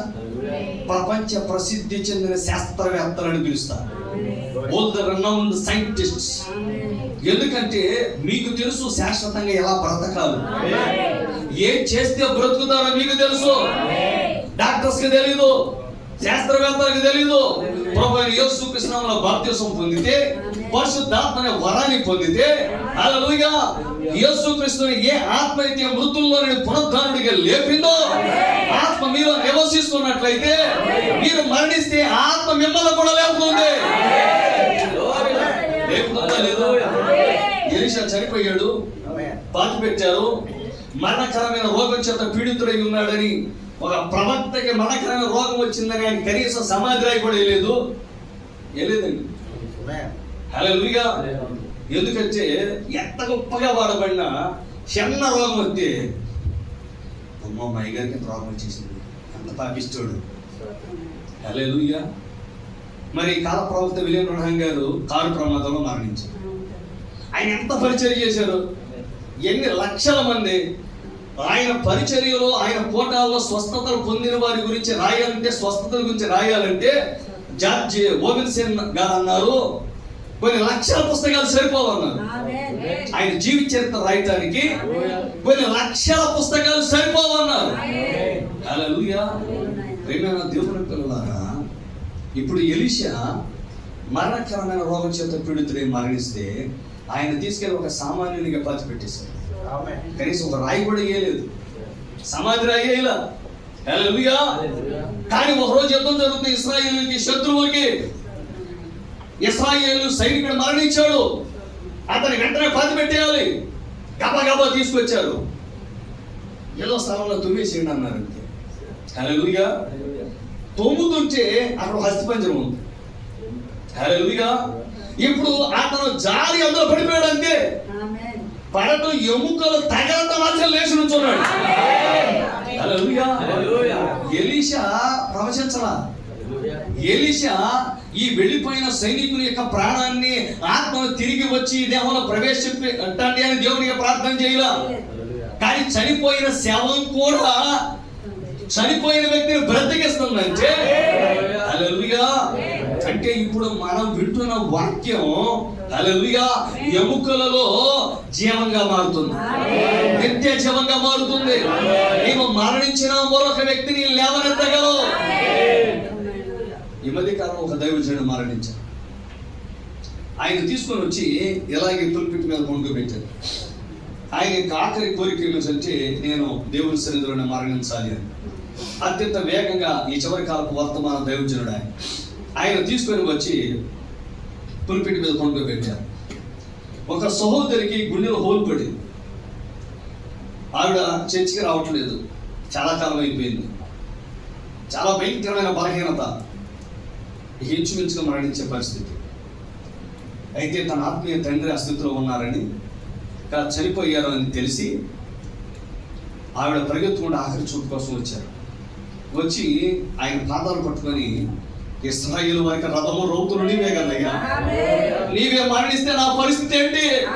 నీవు ప్రార్థన చేస్తే నేను స్వస్థత పొందుతానని ఆశతో ఎన్నాళ్ళు బతికా, నీవే దాటిపోయావు, నాకు ఇంకెవరు దిక్కు అని కేక పెడుతుంటే ఆయన శరీరంలో నుండి ఒక అగ్నిలాగా వచ్చి ఆమెను ఇలా లోపలగా తాకితే ఆమెకు అర్థమైపోయింది ఆమె స్వస్థత పొందాను అని.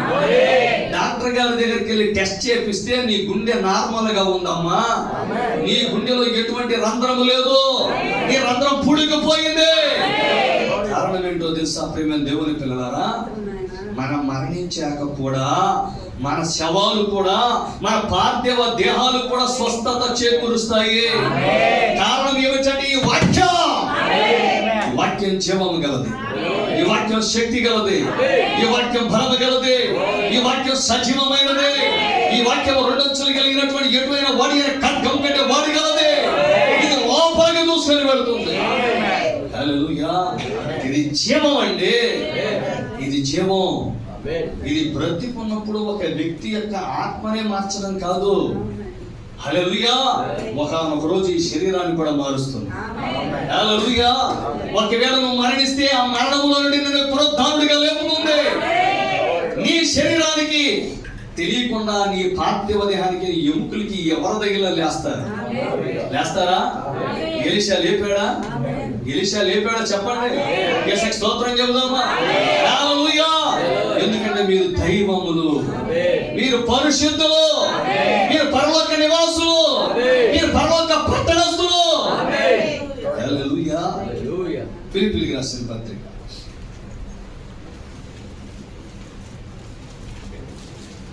3వ అధ్యాయం 20వ వచనం.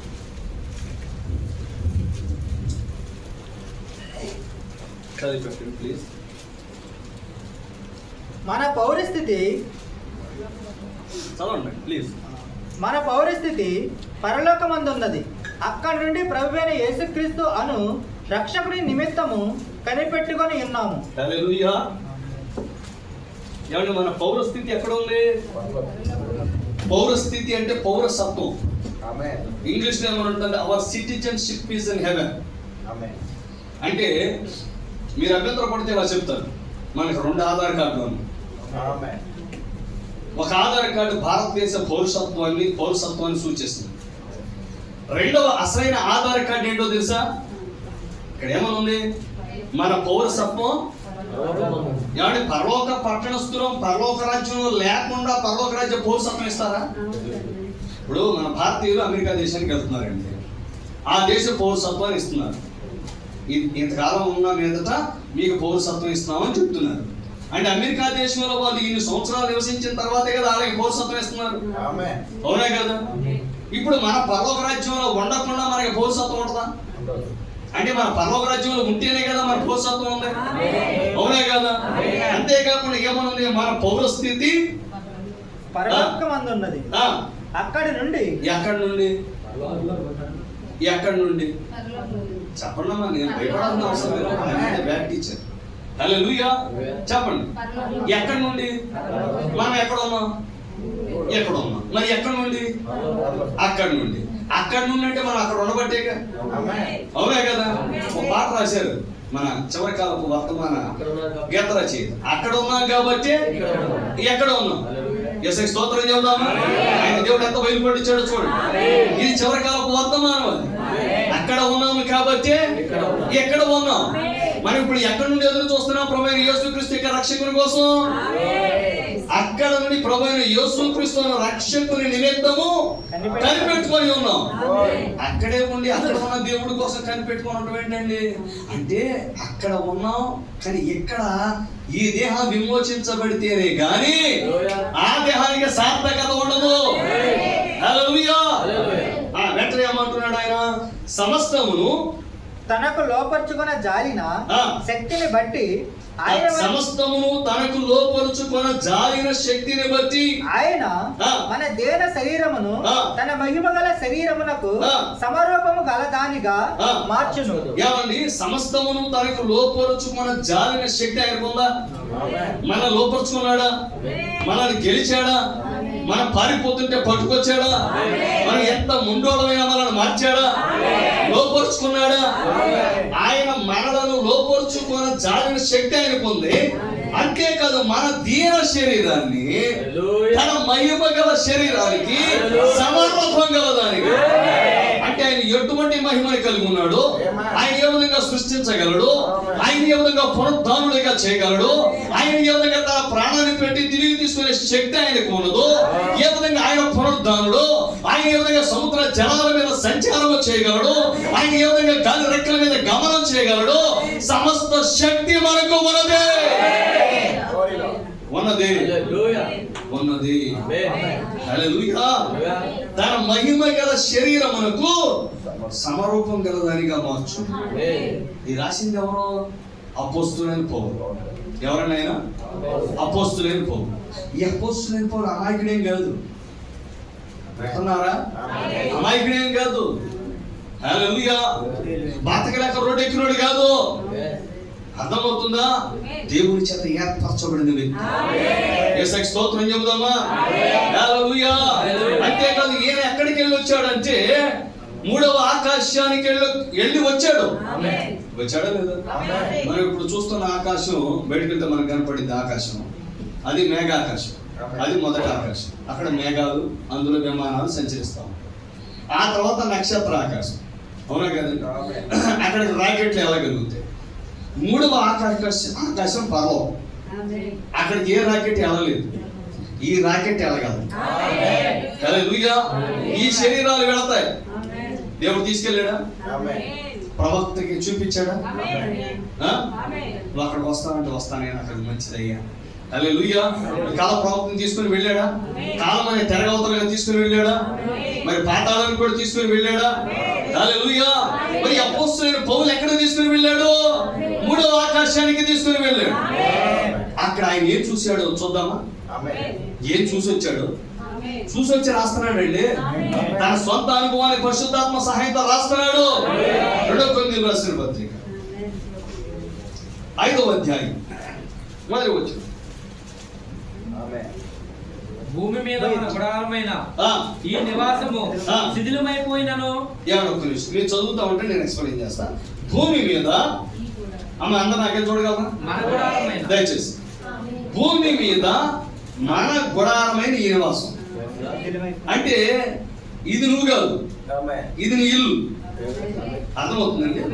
ఇల్లు మనిషి ఒకటి కాదు, ఇల్లు మనిషి ఒకటి కాదు. ఇంట్లో ఒక వ్యక్తి ఉంటాడు. అర్థమవుతుందా? ఇల్లు శిథిలమైపోతా ఉంటుంది. అలాగే ఇప్పుడు ఇల్లు ఉందా? భూమి మీద మన గుడారమైన ఈ నివాసం శిథిలమైపోయినాను. శిథిలం అవుతుందా? అవ్వట్లేదా? అవుతుందా? Sugar factory, salt factory, gas connection, మీకేం అర్థమవుతుంది? హల్లెలూయా. వస్తున్నాయా లేవా? లేవు. అవునా కదా? ఏ ఫ్యాక్టరీ ఒక వయసు వచ్చాక అన్నీ వస్తున్నాయా లేదా? వీటన్నిటికి పెద్ద హార్ట్ ప్రాబ్లం, అంతే కదండి. శిథిలం అవుతా లేదా? మొత్తం పోతాయా? నెత్తి మీద జుట్టు ఊడిపోతుందా? ఏది కుంకుడిగాలు పెట్టి కొట్టినా రాసిన, అవునే కదా? మొహానికి వెళ్ళి ఫెయిల్ తవ్వినా, మొడతలో మచ్చలో ఏజ్ స్పాట్స్. హల్లెలూయా. మధ్య ముందుకు వచ్చేస్తా ఉంటుంది, నెత్తి మీద జుట్టు ఊడిపోతా ఉంటుంది, రంగు మారుతా ఉంటుంది, టెంట్లు వచ్చేస్తా ఉంటుంది. అద్దం ముందు కూర్చున్నప్పుడు ఒకప్పుడు 20 సంవత్సరాలప్పుడు ఎలా ఉన్నాను, నేను ఎలా ఉంటాను ఇప్పుడు అలాగే అవుతా. అవుతా? గోద్రేజ్ హెయిర్ కలుపు ఎలి, మళ్ళీ వర్షం వస్తే మొత్తం పోయే, మళ్ళీ తెల్లగా ముగ్గు పట్లా ఉంటుంది. నేను ఎలా ఉన్నానా? లేదు, ఎలా ఉండడానికి లేదు. ఏదో ఒకటి చేయాలి. ఏమి చేయగలవు? ఏమి చేయలేవు. ముఖం మొత్తం పడతా ఉంటుంది. అదే డబ్బున్న వాడైతే పొటాక్స్ ఇంజక్షన్లో అన్ని చేయించుకున్నా ఏమవుద్ది? మైకేల్ జాక్సన్ అన్నవాడంట చుట్టూ డాక్టర్లో పెట్టుకున్నాడు. నేను ఎప్పుడు మరణించకూడదు, అసలు మరణించకూడదు, నాకు అత్యంత ఖరీదైన వైద్యం అందాలి. చచ్చిపోయాడు. ఎవరు కాపాడగలిగారు? హల్లెలూయా. అవునా కదా? ఎంతంత ట్యూబులు, Fair and Lovely, Fair and Lovely. అర్థమవుతుందా? వీకో టర్మరిక్, పసుపు, ఒక పసుపు రైట్ మనం రాస్తా ఉంటారు. కాళ్ళకి మొహానికి నెత్తికి మొత్తానికి రాసేస్తా ఉంటారు. హల్లెలూయా. ఎన్ని రాసినా ఏమవుతుంది? శిథిలం. ఏంటండి? శిథిలం అవుతుందా లేదా? ఇప్పుడు మనోడు డబ్బాలో కందిపప్పు, పెసరపప్పు అన్ని పెట్టి మూత తీసి పెడతారు. దాన్ని వాడకుండా 6 నెలలు 7 నెలలు ఉంటే లోపల పురుగులు అవుతాయి.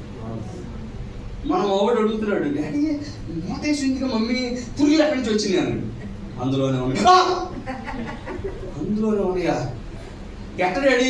మరి అయ్యారు అంటున్నానా అన్నాడు. నాన్ వెజ్ అనుకుని తినే అన్న. డాడీ మరి పురుగులు కనపట్లేదు. అందులో లార్వాలా ఉంటాయరా, గుడ్లో రూపంలో ఉంటాయి, కొన్ని నెలల తర్వాత బయటపడతాయి అన్నాడు. అందులోనే కాదు, నీలో కూడా ఉన్నాయి. నాలో కూడా ఉన్నాయా? అవునా, నీలోనే ఉన్నాయి అన్న. నాలో ఉన్నాయా? నాకటి తెలుసు. ఇప్పుడు తెలియదు, పుయ్యాక తెలిసింది. పుయ్యాకటి తెలిసింది అన్నాడు. నేను పాతేసాక లోపల నుంచి పురుగులు వచ్చేసి నేను తినేస్తాయి. నాలో పురుగులు ఉన్నాయా అన్నాడు. 100 200 కాదు, కోట్లు ఉన్నాయి. హల్లెలూయా. ఇప్పుడు ఈ నివాసాన్ని ఇదేం చేస్తుంది? శిథిలం చేస్తుందా? రోజు రోజుకి శిథిలం అయిపోతున్నావా? అవుతున్నావా? అవట్లేదు. వీళ్ళు ఎవరైనా రోజు రోజుకి నిత్య యవనస్తులుగా మారుతున్నారా? పైన నేను లోపల దాని గురించి మాట్లాడుతున్నా. బాహ్య పురుషుడు కృషించున్నాను, అంతరంగ పురుషుడు దినదినము నూతన పరచబడుతున్నాడు. కానీ బాహ్య పురుషుడు కృషించిపోతున్నాడా లేదా చెప్పడానా? హల్లెలూయా. ఈ వయసుతో పాటు వచ్చే మార్పుని ఆహ్వానించలేక, వాటిని సర్దుబాటు చేసుకోలేక, వాటిని అంగీకరించలేక ఉంచుకోలేము, ఉంచుకోలేము, వదిలించుకోలేము. ఏది ఎన్ని బాధలు మనకి, అవునా కదా? హల్లెలూయా. భార్య వచ్చి భర్త వైపు వస్తుంది. ఏమన్నా పెళ్ళప్పుడు లేరు, ఇప్పుడు ఎట్లుంటా? పెళ్లి రోజు ఉన్నట్టు ఇప్పుడు ఉంటారేంటి?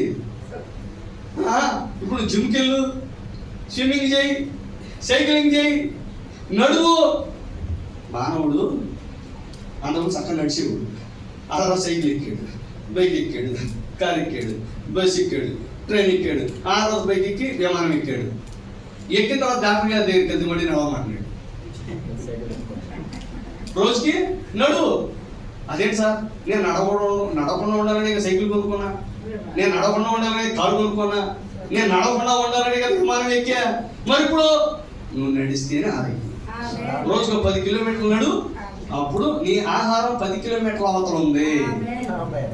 యువర్ ఫుడ్ ఈజ్ 10 కిలోమీటర్స్ అవే. 10 కిలోమీటర్ల దూరం ఉంది నీ ఆహారం. వెళ్ళి 10 కిలోమీటర్లు నడిచి ఆహారం తెచ్చుకో. చెమట కాచి ఆహారం తింటేనే జీర్ణం అవుద్ది, లేకపోతే మొత్తం కొవ్వే, మొత్తం కొలెస్ట్రాలే. మళ్ళీ అది కరిగించుకోవడానికి న్యూట్రిలైట్ 6,000, 7,000, 8,000 ఏంటి గుర్తున్నా మీకు తెచ్చా? ప్రోటీన్ షేక్లు టిఫిన్ చేయకుండా ఏది తెప్పలో, అవునా కదా? అందుకే అపోస్తలుడు పోయినట్టున్నాడు, ఈ నివాసము శిథిలమైపోయినను, చేతి పని కాక దేవుని చేత కట్టబడినదియు నిత్యమైనదియు నివాసము పరలోకమందు మనకున్నదని ఎరుగుదుము. అది చేతి పని కాదండి. ఎవరి చేత కట్టబడింది? దేవుని చేత కట్టబడింది. హల్లెలూయా. నిత్యమైనది ఆ నివాసం. ఆ నివాసం ఎవరికి ఉంది? మనకుంది. ఎక్కడుంది? పరలోకంలో ఉన్నది.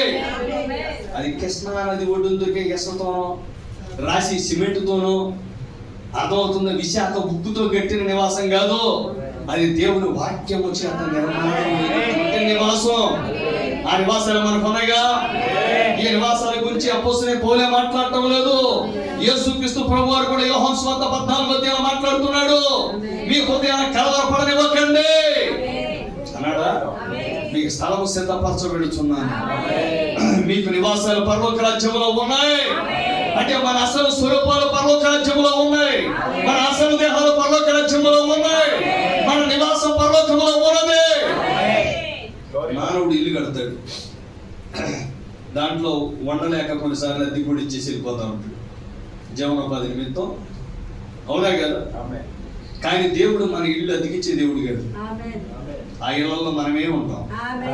ఇంకెవరి కోసం ఇల్లు కట్టడు ఆయన, ఇంకెవరి కోసం ఇల్లు కట్టడు ఆయన. ఎవరి కోసం ఇల్లు కడితే ఆ ఇంట్లో ఆ వ్యక్తే ఉంటాడు. మనకంటూ ఒక నివాసం, ఒక్కొక్కరికి ఒక్కొక్క నివాసం ఎక్కడ ఉంది? పరలోక రాజ్యం. యేసుకి స్తోత్రం చెబుదామా? మనము దిగంబరులము కాక వస్త్రము ధరించుకున్న వారముగా కనబడదుము. అదేంటండి? పైన నివాసం అన్నాడు, వెంటనే ఏమంటున్నాడు? వస్త్రము అంటున్నాడు. ఈ వస్త్రాలు ధరించుకున్నాగా. ఈ వస్త్రాల గురించి ఆయన మాట్లాడతారా? ఆయన థియోఫనీ అనే వస్త్రం గురించి మాట్లాడుతున్నాడు, వాక్య దేహం అనే వస్త్రం గురించి మాట్లాడుతున్నాడు. ఆ వాక్య దేహాన్ని నువ్వు ధరించుకున్నప్పుడు అంటే అసలైన నీవే నీ పైకి వస్తున్నావు. ఆ వాక్య దేహాన్ని నువ్వు ధరించుకోవాలి. హల్లెలూయా. కాబట్టి పరలోకము నివచ్చు మన నివాసము, దీనిపైన ధరించుకొని అపేక్షించు దీనిలో మన పరిశుద్ధాత్మ కోసం కేక పెడుతున్నామా? వచనము శక్యంగా మూలిగులతో ఆత్మ తానే మన పక్షంగా విజ్ఞాపన చేస్తున్నాడా? హల్లెలూయా. ఇప్పుడు ఆ పరిశుద్ధాత్ముడు ఎవరో కాదు, నీవే. నీ వాక్యపు దేహమే. ఆ వాక్యపు దేహం నీ పైన వచ్చినప్పుడు నీవు ఏమవుతున్నావు? వాక్యపు దేహం చేత కప్పబడుతున్నావు. ఈ వాక్యపు దేహం అనే వస్త్రాన్ని ఎవరు కోల్పోయారంటే ఆదామవ్వలు కోల్పోయారు. కోల్పోయినప్పుడే వారు పాపం చేసి పతనం చెందినప్పుడు, వారు ఆ వాక్యపు దేహాన్ని కోల్పోయినప్పుడే వారి సిగ్గుబాటుకి తెలిసింది. వాడు అక్కడ పొదల చాటును దాక్కున్నారు. దేవుడు దిగొచ్చి ఆదామా నువ్వు ఎక్కడ అన్నాడా? హల్లెలూయా. ప్రియమైన దేవుని పిల్లలారా, మరలా ఆయన ఏం చేశాడు అంటే గొర్రె పిల్లను వధించి ఆయన చర్మాన్ని తీసి చొక్కాయలు చేయించి వారికి తొలగించి హల్లెలూయా వారికి ఒక వాగ్దానం చేస్తున్నాడు. ఆదికాండం 3:15 నేను తిరిగి వస్తాను, నేను స్త్రీ సంతానముగా వస్తాను. హల్లెలూయా. మీరు కోల్పోయినదంతా మీ సంతానానికి నేను తిరిగి ఇస్తాను వాగ్దానం చేశాడు ఆయన. హల్లెలూయా. ఇప్పుడు మన నివాసం ఉందా పరలోక రాజ్యములో? ఈ గుడారములో ఉన్న మనము భారము మోసుకొని మూలుగుచున్నాం. ఇది తీసివేయవలని కాదు కానీ మర్త్యమైనది. మర్త్యమైనది అంటే మరణానికి గురయ్యేది. అందుకే ఎవరైనా పెద్దోళ్ళు చనిపోయినప్పుడు తీసుకెళ్తా అమరహే అంటారు. ఏమంటారు? జోహార్ అంటారా? అమరహే అంటే అమరుడు అని అర్థమవుతుందా? అంటే మరణం లేనివాడు అని. ఇప్పుడు ఈ మధ్యమైనది జీవము చేత మింగివేయబడినట్లు ఆ నివాసాన్ని దీనిపైన ధరించుకొని కోరుచున్నాం. దీని నిమిత్తము మనల్ని సిద్ధపరిచిన వాడు దేవుడే. మరి ఆయన తన ఆత్మను సంచకరువును మనకు అనుగ్రహించి ఉన్నాడు. సంచకరం అంటే అడ్వాన్స్. ఏంటంటే అది అడ్వాన్స్ అంటే భయాన. మీరు ఒక ఇల్లు కొనుక్కోవాలనుకున్నారు, అయిలో ఒక 10 లక్షలు అనుకోండి. మీరు ఇల్లు ముందు 1 లక్ష రూపాయలు ఎంతో భయాన కడతారు. అంటే అది మీ పేరు మీద ఉంటుంది. కొద్ది కాలం వరకు ఇంకెవరు దాన్ని కొనుగోలు చేయడానికి వీలు లేదు. అవునా? ఇప్పుడు అలాగే ఆయన ఏం చేశాడు? పరిశుద్ధాత్మని భయాన మనకి ఇచ్చాడు. ఇప్పుడు వరాన్ని ఇచ్చాడు. ఒకరోజు ఆయనే రాబోతున్నాడు. పూర్తి విలువను అంటే ఆయనే మన లోపలికి వచ్చి శరీరాన్ని స్వాధీనపరుచుకొని పరలోక రాజ్యాన్ని తీసుకుని వెళ్ళబోతున్నాడు. హల్లెలూయా. ప్రియమైన దేవుని పిల్లలారా, ఈ ఆత్మని సంచకరువును మనకు అనుగ్రహించాడా? మీరందరూ ఆత్మను పొందుకున్నారా? పొందుకున్నాం మనందరం. అంటే అడ్వాన్స్ మనకి ఇచ్చాడా? ఆ టోకెన్ మనకి ఇచ్చాడా? ఆ గుర్తును మనకి ఇచ్చాడా? ఆ రక్తపు గుర్తు కింద మనం ఉంచాడా? హల్లెలూయా. మనం పరలోక రాజ్యంలో ఉన్నప్పుడు ఏం చేసేవాళ్ళం చూద్దామా? ఆసక్తి ఉన్నారా? మీ టైం అయిపోయిందా? అవలేదు కదా? మీ టైం అవ్వదు, నాకు కొంచెం టైం ఇవ్వండి. బతిలో అనుకుంది. హల్లెలూయా. సబ్జెక్ట్ ముగించాము. ఎందుకంటే తీసుకొచ్చిన క్యారేజీ వెనక్కి తీసుకెళ్ళి అవ్వట్లేదు, మీకే పెట్టాలా. త్వరగా మొత్తం మింగువాడు ధన్యుడు. ఎంతమంది ఆమె చెప్తారు? ఎటు మన వేడి చక్కని ఏసీ హాయిగా ఉన్నాయి. అవునా కదా? ప్రతి వాక్యాన్ని విందామా? 10 నిమిషాలు కోటాలు కదా, మరి ఏం చేద్దాం? హల్లెలూయా. రైట్. యోబు గ్రంథం 1వ అధ్యాయం 6వ వచనం. మన సబ్జెక్ట్ ఫినిష్ చేయబడేది మీకు అనేక డౌట్స్ ఉంటాయి. ఆ డౌట్స్ ఏం చేస్తాయి? మిమ్మల్ని పీడిస్తామంటే నిద్రపట్టడం. అర్థమవుతుందా? రాత్రి నిద్రపట్టడం మంచం మీద దొరిలే, కానీ ఇప్పుడే డౌట్స్ అని క్లియర్ అయిపోయి వెళ్ళిపోయాం అనుకోండి, మనం తృప్తిగా ఉంటుంది. అవునా కదా? హల్లెలూయా. రైట్. యోబు గ్రంథం 1వ అధ్యాయం 6వ వచనం. దేవదూతలు యెహోవా సన్నిధిని నిలుచుటకై వచ్చిన దినమొకటి తటస్థించెను. దేవదూతలు అంటే ఫుట్నోట్స్ ఏమనుంది? దైవ కుమారుడు. దైవ కుమారుడు అంటే దేవుని కుమారులు ఏం చేస్తున్నారు? దేవుడి సన్నిధి నిలవటానికి వెళ్తున్నారా? హల్లెలూయా. ఏమండి అన్నారు? అప్పుడు దేవుని కుమారులు ఉన్నారా? ఆదికాండం 1వ అధ్యాయం 26వ వచనం. ఆదికాండం 1వ అధ్యాయం 26వ వచనం. దేవుడు మన స్వరూపమందు మన పోలిక చొప్పున నరులను చేయుదుము. ఏమండి దేవుడు ఎవరితో మాట్లాడాడు? ఆదం సృష్టించబడక మునుపు మన స్వరూపమందు అంటున్నాడు, మన పోలిక చొప్పున అన్నాడు. అన్నాడా? నేను పాపం ఒక సంఘసేవ పాస్టర్ గారు వాళ్ళ అమాయకులు అలాగేం తెలియదు అనుకోండి. ఏం చేద్దాం? ప్రవక్త దగ్గరకు వస్తే అన్ని అర్థం అవుతుంది. అంతే కదా?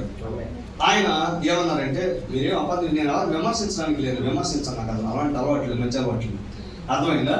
ఆయన ఏమన్నారంటే, తండ్రి కుమారుడు పరిశుద్ధాత్మతో మాట్లాడుతున్నాడు. తండ్రి అట కుమారుడు పరిశుద్ధాత్మతో మాట్లాడుతున్నాడట. ఏమని? మనం వెళ్ళి మన స్వరూపమందు మన పోలిక చొప్పున నరులను చేయమని ముగ్గురిల్లి ఒకటి తయారు చేశారు. ముగ్గురిల్లి ఒక ఆదాము సృష్టించడానికి ముగ్గురు కావాల్సి వచ్చిందట. ఏమంటే ఎంతగా అమ్మాయి ఇంకేముంటుందా? ఇప్పుడు తండ్రి కుమార పరిశుద్ధాత్మ, తండ్రి కుమారుడితో పరిశుద్ధాత్ముడు అన్నాడు మన స్వరూపమందు మన పోలిక చొప్పునని. మరి అక్కడ బ్రహ్మ విష్ణు మహేశ్వరుడు ఉన్నాడు, ఇక్కడ తండ్రి కుమార పరిశుద్ధాత్ముడు ఉన్నాడు. ఈ తేడా ఏముంది హిందుత్వానికి క్రైస్తవానికి? ఒక దేవతారాధనే కదా. హల్లెలూయా. అక్కడ వాళ్ళు ముగ్గురు ఉన్నారు కానీ ఇక్కడ ముగ్గురు లేరు, ఒక్కడే. ఏ యూదుని దగ్గరికి వెళ్ళి మీరు ముగ్గురు అంటే చంపేస్తాడు, తొంభైకి చింగాలు చేస్తాడు. ఎవరో యూదుడు. ప్రవక్త చాలాసార్లు చెప్పారు. ఏమన్నారంటే ఆయన చెప్పిన మాట నా సొంత మాటలేవి లేవు ఇక్కడ, ప్రతిదీ ప్రవక్త చెప్పిందే. కానీ నాకు వర్తమాన పుస్తకాలు తెచ్చి చదివి అలవాటు లేదు, అదో ఆలోచన అవన్నీ మైండ్లో పెట్టుకొని చెప్పేస్తాను అంతే. అంతే తప్ప నా సొంత మాట ఒక్కటి లేదు ఇందులో. నాకు సొంతంగా వచ్చిన ప్రత్యక్షత కూడా ఏమి లేదు. ఇంకో మాట చెప్పడం మీరేం ఫీల్ అవ్వాలంటే నేను నపోసకుడు, నాకు సొంత విత్తనాలు లేవు. అర్థమవుతుందా? అంటే సొంత బోధ లేదు. మాకున్న విత్తనాలు మాకున్న బీజాలు మొత్తం రాజుయే. అర్థమవుతుందా? నేను ఈ రాణికి కాపలా కలిసే నపుంసకులం. షండుడైన హేగేనుడు బైబిల్లో ఆ షండులం మేము. ఎందుకంటే ఈ రాణి గారి యొక్క గర్భంలో విత్తపడాల్సిన విత్తనం రాజు గారి విత్తనమే. మా సొంత బోధ, మా సొంత ఆలోచన, మా సొంత విధానం, పద్ధతి ఏమీ ఉండదు. కేవలం ఈ కాలపు ప్రవక్త ఏదైతే బోధ చేశాడో ఆ మాటలే ఆయా పుస్తకాల్లో చదివి అవన్నీ మనసులో క్రోడీకరించుకొని మీ దృష్టికి తీసుకొస్తాం తప్ప. ఎందుకంటే సబ్జెక్ట్ కొంచెం పెద్దదైనప్పుడు మళ్ళీ పలానా పుస్తకంలో పలానా పేర పలానా అని పుస్తకం తీసి చదివాం అనుకోండి, మీరు ఇక సొంతగా ఉంటారు. నాకు అర్థమైందా? హల్లెలూయా. అందుకే తొందరగా చెప్పేద్దామని చెప్పేస్తాం. మరి మీకు ఇంకా డౌట్ లేకుండా వాక్యం చదివి చెప్తుంది. వాక్యాధారం చూపిస్తున్నాను కదా, ప్రవక్త వాక్యాధారం లేకుండా ప్రసంగం చేయరా? అవునే కదా. ఇప్పుడు మీరు బయట వాళ్ళకి ఎవరికైనా చెప్పాలన్నా ప్రవక్త చెప్పాడు అనే దానికన్నా బైబుల్లో ఉన్న చూపిస్తే ఇంకా సూపర్ కదా. అవునే కదా. మన ప్రవక్త చెప్పాడండి అన్నా మాట్లాడితే ఆయన తప్ప ఇంకా మరో జీవితం లేదే, మరో బతుకులేదు, ఆయన బొమ్మలే అదే అంటారు. కానీ ఆయన పెట్టుకున్న బొమ్మ యేసుప్రభు బొమ్మ. అవునా కదా. అర్థమవుతున్న పాయింట్. ఇప్పుడు దేవుడు ఎవరితో మాట్లాడుతున్నాడు? మనతో మాట్లాడుతున్నాడు. మన స్వరూపమందు మన పోలిక చొప్పున నరులను చేయమన్నాడు. ఎందుకంటే మన స్వరూపం దేవుని స్వరూపం, మన పోలిక దేవుని పోలిక. మనం ఆయనలో నుండి వచ్చాం. హల్లెలూయా. ఇప్పుడు ఆయన దగ్గరికి వెళ్దాం, నేను ముగిస్తాను. ఆయన గురించి చెప్పాక మీరు మిమ్మల్ని వదిలేద్దాం. హల్లెలూయా. యోబు గ్రంథం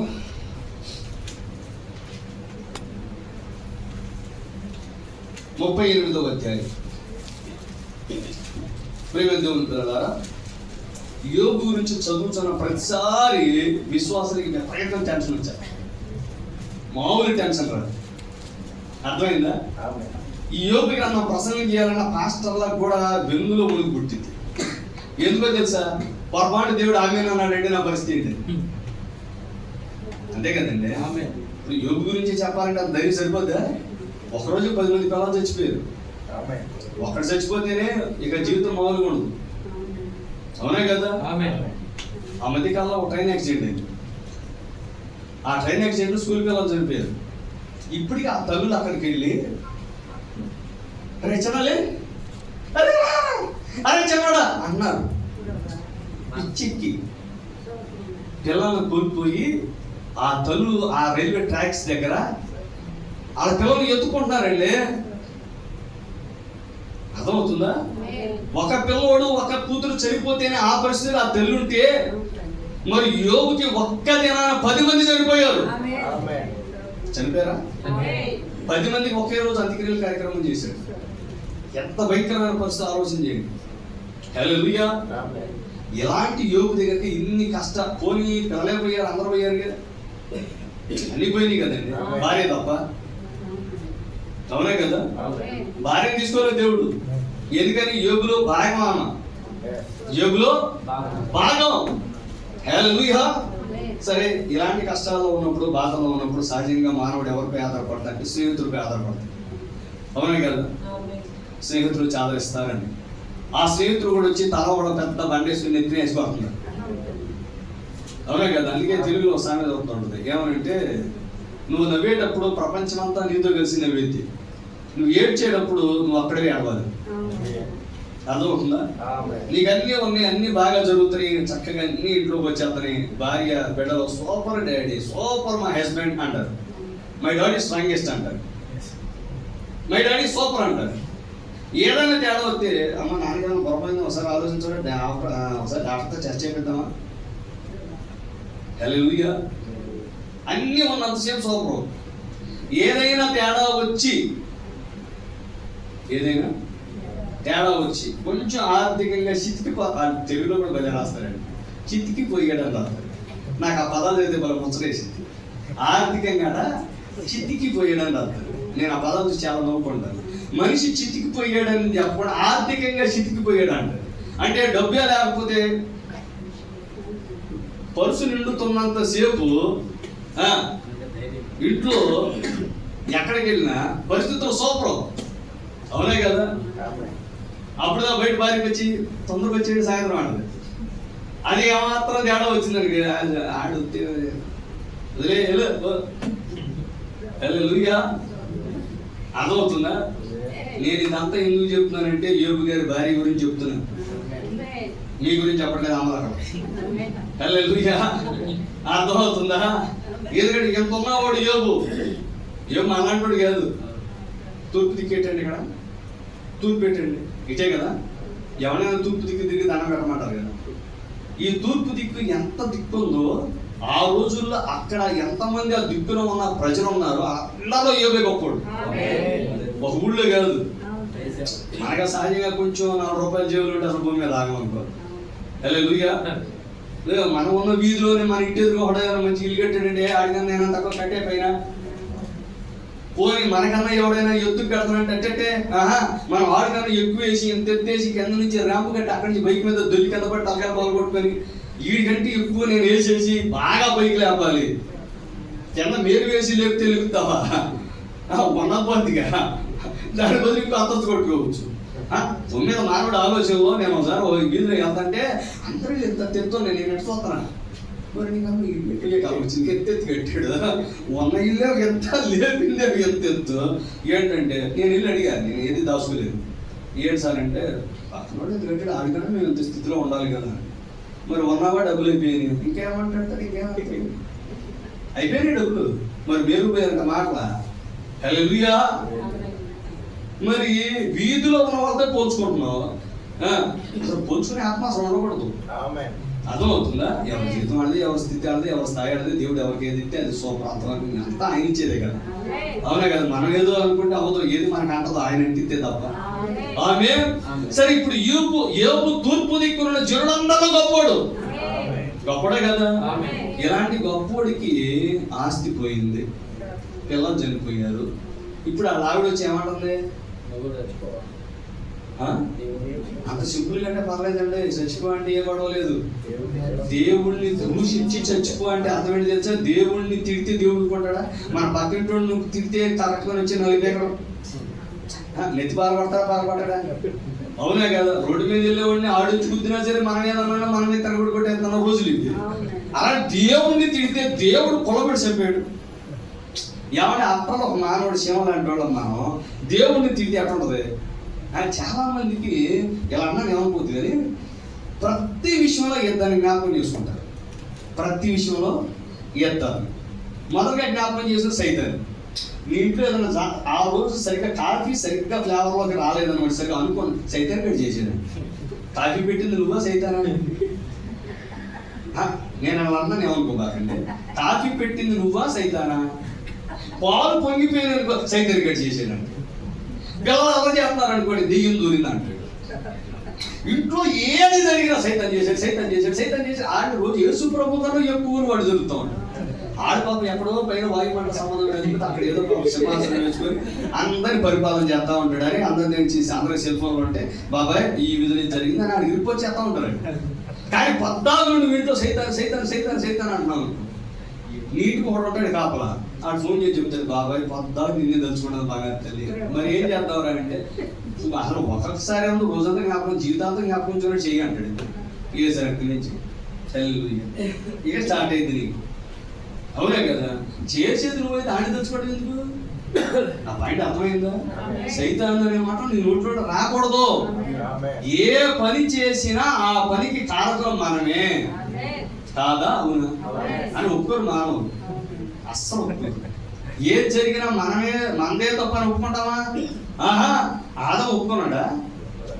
ఆదం ఒప్పుకున్నాడు ఏంటి? నువ్వు ఇచ్చిన భార్య అన్నాడు. అవునా? పోయి ఆమె దగ్గరికి వెళ్తే ఏముంది? సర్పను మోసం చేసిందా? ఇక సర్పానికి ఇంకెవరు లేరు కాబట్టి ఏం మాట్లాడు, అంతే కదా. మన పక్కనోడి మీద తోసేయడం నెంబర్ 1. ఏది జరిగినా ఏదో పరిస్థితి మీద వ్యక్తి మీద తోసేస్తాం తప్ప అదేదో మన ఎత్తునేసుకొని నేనే తప్పు చేశాను, నాదే తప్పు, ప్రభు క్షమించని అడుగుతామా? సర్వశక్తునికి సాకులు చెప్పగలవా? ఇప్పుడు ఏమొచ్చి ఎవరిని చచ్చిపోమంటుంది? భర్తని. ఎవరిని దూషించి? దేవుడు దూషించి. భార్య ఆ మాటని, స్నేహితులు బండలేసి, మనోడు ఏ స్థితిలో ఉన్నాడు తెలుసా? కానీ స్థితిలో ఉన్నాడు. ఇలాంటి పరిస్థితుల్లో దేవుడు వచ్చాడండి. సుడిగాల్లో ప్రత్యక్షం. ప్రశ్న వేస్తా, జవాబు చెప్పు. ఇప్పుడు దేవుడే దిగొస్తే కనపడేంత ఆశతో యోగుకి ఎన్ని ప్రశ్నలు ఉన్నాయి? ఎందుకు నా పిల్లలు చనిపోయారు, ఎందుకు ఆస్తులు పోగొట్టుకున్నాను, ఎందుకు ఇలాంటి పరిస్థితుల్లో ఉన్నా, ఎంత యథార్థంగా బ్రతికాను, ప్రతిరోజు గొర్రెలను అర్పించాను కదా, పాపాలకు ప్రాయచిత్తం చేసుకున్నాను కదా. హల్లెలూయా. తన పిల్లల పాపం విషయంలో ప్రాయచిత్తం చేశాడు, తన పాపం విషయంలో ప్రాయచిత్తం చేస్తున్నాడు. ఆయనకి గొర్రె పిల్ల ఆ బలి గురించినటువంటి బయలుపాటు ఉంది. ఏదైనా తోటికి తిరిగి వెళ్ళడానికి మార్గం తెలుసు. దేవుడితో సహవాసం చేసే ఆ చిన్న బిడ్డ రక్తం కింద అని తెలుసు. మార్గం అంతా తెలిసినాడు, బైబిల్ తెలిసినాడు. ఎవరో? యోబు. అబ్రహాం కంటే ముందున్నటువంటి వాడు. బైబిల్లో రాయబడినటువంటి మొట్టమొదటి గ్రంథం యోబు గ్రంథమే. హల్లెలూయా. ఇలాంటి వ్యక్తికి ఎంత కష్టం వస్తే ఇప్పుడు దేవుడు దిగొచ్చి అంటున్నాడు. ఏమన్నాడో చూద్దామా? ఒకసారి చూడండి. పౌరుషం తెచ్చుకొని. సరే, మనకి టైం లేదు. 38వ అధ్యాయం 7వ వచనం 4వ వచనం చూద్దాం. నేను భూమికి పునాదులు వేసినప్పుడు నీవెక్కడ ఉంటివి? నీకు వివేకము కలిగిన ఎడల చెప్పుము. హల్లెలూయా. నీకు తెలిసిన ఎడల దానికి పరిమాణమును నియమించిన వాడెవడో చెప్పుము. ఏమంటున్నాడు? నేను భూమికి పునాదులు వేసినప్పుడు నువ్వెక్కడ ఉంటివి. అసలు ఇదేం ప్రశ్న అంటే? హల్లెలూయా. బ్రదర్ మీరేమనుకుంటారు? మీరు ఎప్పుడు పుట్టారు? ఏ సంవత్సరం? 92. ఓకే. నేను 91లో నువ్వు ఇక్కడికి వచ్చా అనుకోండి. ఇబ్రాహిం పట్టణానికి వచ్చి. మీ పేరు? William Carey. ఓకే. పుట్టినరోజు 92 అన్నారు కదా. నేను 90లో వచ్చాను ఇక్కడికి అనుకుందాం. వచ్చి ఒక పెళ్లికి హాజరయ్యా. ఆ పెళ్లిలో విలియం కేరీ గారు కనపడదా. ఆ తర్వాత ఆయన కనిపిస్తే, బ్రదర్ నేను 1990లో ఇబ్రాహీంపట్నంలోకి వచ్చాను, పెళ్లికి వచ్చాను, నీకు కనపడలేదంటే ఆయన ఏమంటాడు తెలుసా? నేను ఎప్పుడు పుట్టాను నీకు తెలుసా? నేను పుట్టిందే 92, అంతే కదా. నేను పుట్టిందే 92. నువ్వు 90లో పెళ్లికి వచ్చి పెళ్ళే కనపడలేదు అంటావేంటి? బొరగాలు పోయిందా అంటారా? చెప్పండి. ఇప్పుడు దేవుడు యోబు దగ్గరకు వచ్చి అంటున్నాడు, ఈ భూమికి పునాదులు వేసినప్పుడు నువ్వు ఎక్కడ ఉన్నావు? బయట అర్థమైందా? ఇది చెప్తే అది అర్థమవుతుందని చెప్పాను. ఇప్పుడు యోబు ఏమంటాడు? భూమికి పునాదులు వేసినప్పుడు నేను పుట్టింది మన్నయ్య. హల్లెలూయా. కానీ ఇప్పుడు దేవుడు యోబుని ఎక్కడ తీసుకెళ్తున్నాడు? సృష్టి యొక్క ప్రారంభానికి తీసుకుని వెళ్తున్నాడు. అతని యొక్క ఆత్మీయ మతిమరుపును తొలగిస్తున్నాడు. అతను ఎవరు అతనికి తెలియజేస్తున్నాడు. హల్లెలూయా. ఎందుకంటే అన్ని సమస్యలకి పరిష్కారం అక్కడే ఉంది. నీకు ఎవరో నీకు తెలుసుకుంటే, నీకు ఎక్కడ పుట్టావో నీకు తెలిస్తే, నీ స్థితి ఏంటో నీకు తెలిస్తే, నీ స్థాయి ఏంటో నీకు తెలిస్తే, నీకు ఎక్కడ పుట్టావో నీకు తెలిస్తే, నీకు ఇప్పటి వరకు ఎలా జీవిస్తున్నావో నీకు తెలిస్తే, నీ జీవితంలో ఉన్న సమస్యలన్నీ పరిష్కరించబడతాయి. అందుకే దేవుడు యోబుని ఎక్కడ తీసుకుని వెళ్తున్నాడు? నేను భూమికి పునాదులు వేసినప్పుడు నువ్వు ఎక్కడ ఉన్నావు? నీకు వివేకం కలిగిన ఎడల చెప్పు. నీకు తెలిసిన ఎడల దానికి పరిమాణమును నియమించిన వాడెవడో చెప్పు. దాని మీద పరిమాణపు కొల వేసిన వాడెవడో. అంటే దానికి కట్టేటప్పుడు కొల వేసిన వాడెవడో చెప్పు. అంటే దాని వేసిన ఎవరు? దాని స్తంభముల పాదులు దేనితో కట్టబడినో చెప్పుము. ఉదయ నక్షత్రములు ఏకముగా కూడి పాడినప్పుడు. ఉదయ నక్షత్రాలు అంటే ఉదయకాలాన సూర్యుడు ఉదయించక ముందు ఒక నక్షత్రం మీరు ఉదయం చూస్తే అలా నక్షత్రం వెళ్తా ఉంటుంది. దాన్ని ఉదయ నక్షత్రం, మార్నింగ్ స్టార్ అంటారు.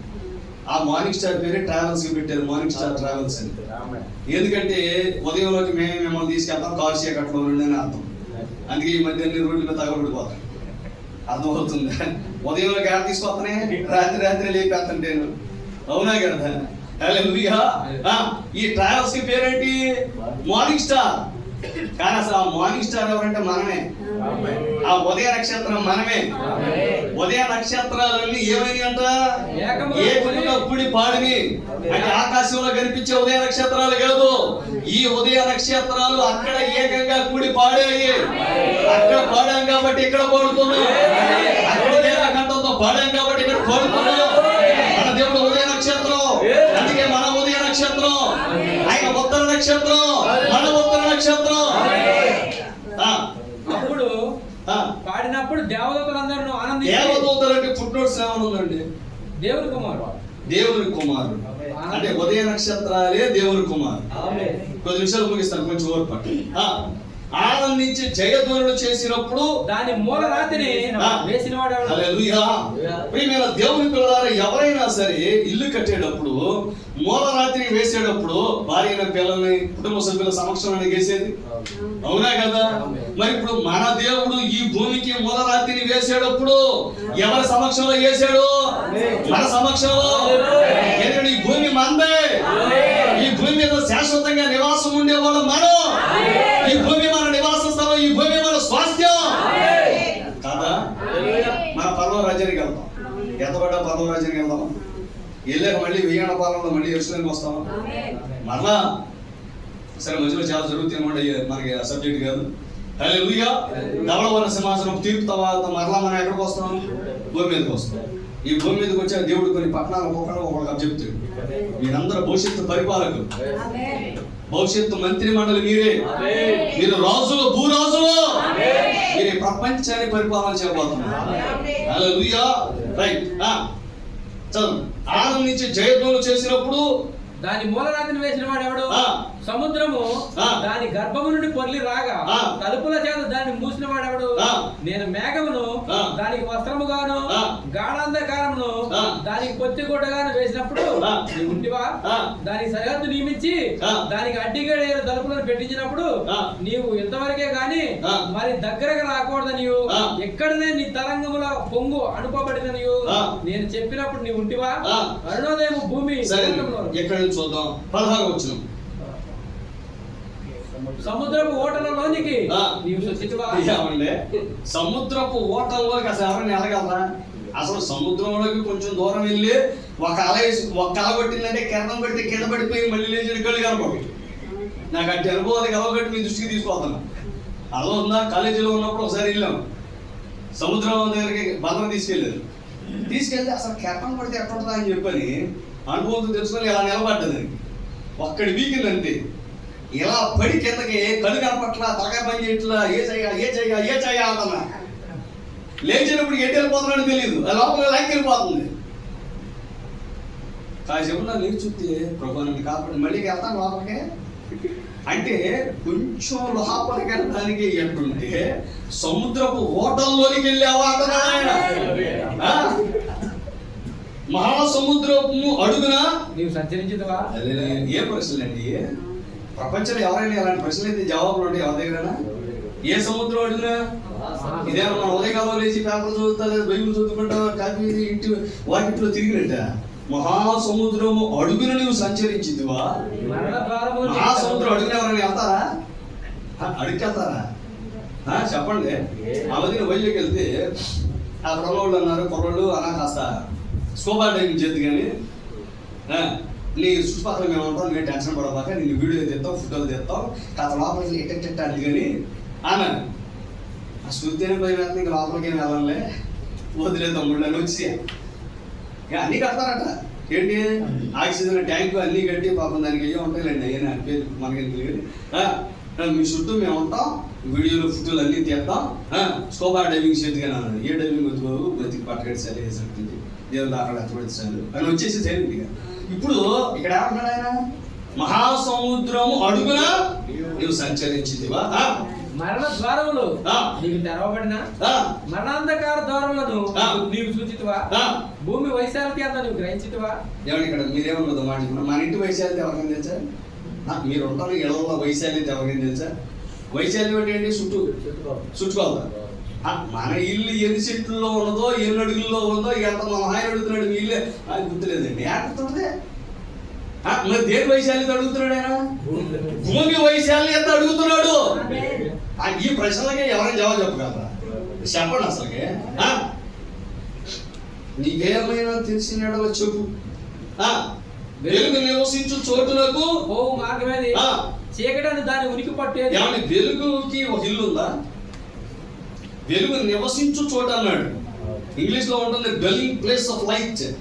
అంటే మనకు ఇల్లు ఉన్నట్టు వెలుగు ఒక ఇల్లు ఉంటుంది.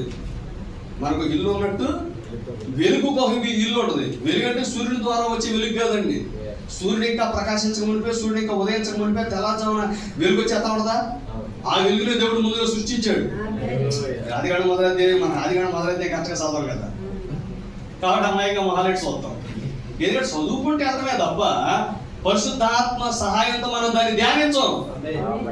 అవునాయి కదా? నేను మిమ్మల్ని అవమానపరచట్లా, అర్థమవుతుందా? మనం ఏది చదివినా మనసు పెట్టి చదువుతాం. బైబిల్ చదివినా మనసాడు. మన ప్రపంచం అన్నీ కావాలి, కానీ అవసరమైనది ఏది? బైబిల్. ఇప్పుడు ఈ ఉదయకాలం వస్తుంది వెలుగు, వస్తారా? సరే, ఇంకో మాట చెప్తాను. ఇప్పుడు సాయంత్రం చీకటి పడిద్దా? పడతా? ఆ చీకటి ఎక్కడ ఉండవుతుంది? మళ్ళీ తెల్లవారుగా లేచి వెళ్ళిపోతుంది. అది మొట్టమొదటి సర్దుకొని వెళ్ళిపోతుందా లేదా? మళ్ళీ సాయంత్రానికి వచ్చేద్దా? ఎక్కడి నుంచి వస్తుంది? ఎక్కడికి వెళ్తుంది? దాని ఇంట్లోకి అది వెళ్తుంది. అదే అడిగాడండి ఆయన. వెలుగు నివసించు చోటునకు పోవు మార్గం ఏది? చీకటి అనుదాని ఉనికి పట్టేది. చీకటి ఒక ఇల్లు ఉంది, ఆ ఇల్లు ఎక్కడ ఉందో నీకు తెలుసా అని అడుగుతున్నాడు ఆయన. ఈ ప్రశ్నకు భూమి మీద ఎవరైనా జవాబు చెప్పగలరా? కొన్ని సాయంత్రం చీకటి అయింది. ఇప్పుడు మరి పాతకాలంలో కొవ్వొత్తి అన్నామంటే పాస్ గారు అప్డేట్ అవ్వలేదు అంటారు. ఇప్పుడు సెల్ ఫోన్లో లైట్ వేసాము అనుకోండి, అంతే కదా? అప్డేటెడ్ వెర్షన్ నేను కూడా ఉండాలి కదా. లైట్ వేయగానే తక్కువ చీకడం అయింది. మళ్ళీ లైట్ టార్చ్ అలాగే మళ్ళీ వచ్చారు. అది ఎక్కడికి వెళ్తుంది? ఎక్కడికి వస్తుంది? దాని సరిహద్దులకు నీ వెలుగును కొనిపోవుదువా? దాని గృహమునకు పోవు త్రోవలను వెలుగుదువా? అంటే వెలుగు ఒక ఇల్లు ఉంది, చీకటి ఒక ఇల్లు ఉంది. దాని సరిహద్దులకు నువ్వు వెలుగును తీసుకొని పోతావా? దాని గృహానికి పోయే త్రోవలు. దేని గృహానికి? చీకటి ఒక ఇల్లు ఉంది, ఆ ఇంటికి వెళ్ళే దారి తెలుసా? హల్లెలూయా అని అడిగి, ఇదంతయో నీకు తెలిసి ఉన్నది కదా. చప్పుడు కూడా దేవునామన్నా, ఇదంతయో నీకు తెలుసు అంటున్నాడు. మరి తెలుసున్నాడు, జవాబు చెప్పలేకపోయాడే, మర్చిపోయాడు. ఎందుకని? ఈ శరీరంలోకి రాగానే ఈ కాలం అనే తెర, ఈ శరీరమే కాలం అనే తెర, ఇందులోకి రాగానే మనం ఎక్కడి నుండి వచ్చామో మర్చిపోయాం. హల్లెలూయా. అందుకే దేవుడు వచ్చి ముందుగా నీ మధ్య మరుపును తొలగిస్తున్నాడు, నీకెవరో నీకు తెలియజేస్తున్నాడు. అంతేకాకుండా అంటున్నాడు, నీవు బహువృద్ధుడవు, నీవు బహువృద్ధుడవు, నీవు అప్పటికే పుట్టి ఉంటివి. బహువృద్ధుడు అంటే అర్థం ఏంటంటే, ఇక్కడ తెలుగులో నారాయణ ట్రాన్స్లేటర్ చేసే పాపం, ఎందుకంటే ఆ పదాలు దొరకవు తెలుగులో. సమాన పదాలు సమాన అర్థ పదాలు దొరకవు కొన్ని సందర్భాలు. అక్కడ ఏమంటాడంటే ఏన్షియంట్ ఆఫ్ డేస్ అంటాడు. అంటే కాలం అనేది పుట్టక మునిపే నువ్వు పుట్టావు, అత్యంత పురాతనమైన వ్యక్తివి. అంటే ఈ సృష్టించబడక మునిపే నువ్వు పుట్టావు. నీకు అంత వయసు ఉన్నది యోబు. భూమి కంటే ఎక్కువ వయసు నీకు ఉన్నది. ఆదాము కంటే ముందున్న వాడివి నీవు. ఈ సకల చరాచర సృష్టించబడక మునిపే సృష్టి యొక్క ప్రథమ ఫలముగా నా వాక్యం వల్ల సకల ప్రకారం కన్నా నిన్ను. నీవు అప్పటికే పుట్టి ఉన్నావు. ఇదంతా నీకు తెలిసి ఉన్నది. ఇప్పుడు నేను ఇలా చెప్పొచ్చా? మీరందరూ అప్పటికే పుట్టి ఉన్నారు. మీరందరూ బహువృద్ధులని, మీరు కాలం కంటే ముందున్న వారని, మీరు ఆదాము కంటే ముందుగా సృష్టించబడిన వ్యక్తులని. హల్లెలూయా. ప్రేమైన దేవుని పిల్లలు, ఇదంతా మీరు ఇంటికి వెళ్ళి చదవండి దయచేసి. హల్లెలూయా. యోబు వలె మనం కూడా కాలం కంటే ముందున్న వ్యక్తులు. హల్లెలూయా. మీకు అర్థమయ్యేలా చెప్తా. మీకు ఇప్పుడు కాదు కానీ ఒకప్పుడు ఫోటో దిగితే నెగిటివ్ ఇచ్చేవాడు, గుర్తుంది? నెగిటివ్లో ఎలా ఉంటారు మీరు? ఎంత అందగత్తి అయినా సరే పోతలా ఉండదా? ఉండదా? నెగిటివ్ గుర్తుంది మీకు అసలు? ఇప్పుడన్నా వాళ్ళకి ఎవరు గుర్తుండదు, కానీ నాకు చిన్నప్పుడు గుర్తుంది. ఇప్పుడంటే అందరికి ఫోన్లు వచ్చేసి కానీ ఇక్కడ తీసేసుకుంటున్నాం, ఫేస్బుక్లో పెట్టేస్తున్నాం. నాకు లేదు లేకుండా, అర్థమైందా? కానీ అప్పుడు ఫోటో దిగితే కెమెరా మ్యాన్ ఏం చేసేవాడు? ఫోటోగ్రాఫరు నెగిటివ్ ఇచ్చేవాడు. నెగిటివ్ అంటే ఛాయాచిత్రం, అందులో నువ్వు ఎలా ఉన్నావో తెలియదు, నీ కళ్ళు ఇవన్నీ. కానీ ఇప్పుడు కెమెరా మ్యాన్ ఏం చేస్తాడు, ఫోటోగ్రాఫర్ ఏం చేస్తాడు? అసలు ఫోటో రావాలంటే ఆ డార్క్ రూమ్ లో తీసుకెళ్లి ఆ కెమికల్స్ రసాయన పదార్థాలు ముంచి తీయగానే ఫోటో వస్తుంది. అవునా? ఇప్పుడు ఈ శరీరం కూడా నెగిటివ్, ఇది ఛాయాచిత్రం. ఇప్పుడు నిన్ను నువ్వు ఇందులో చూసుకుంటే బోతలా కనిపిస్తావు, నీ అసలు స్థితి తెలీదు, నీ వాస్తవ రూపం తెలీదు. కానీ ఒక్కసారి మరణించినప్పుడు, నువ్వు తిరిగి లేచేటప్పుడు, పునరుద్ధానుడిగా లేచేటప్పుడు నీ వాస్తవ దేహం నీకు కనబడుతుంది, నీ అసలు స్వరూపం నీకు తెలుస్తుంది, అసలు నీకు ఎవరు అర్థమవుతుంది.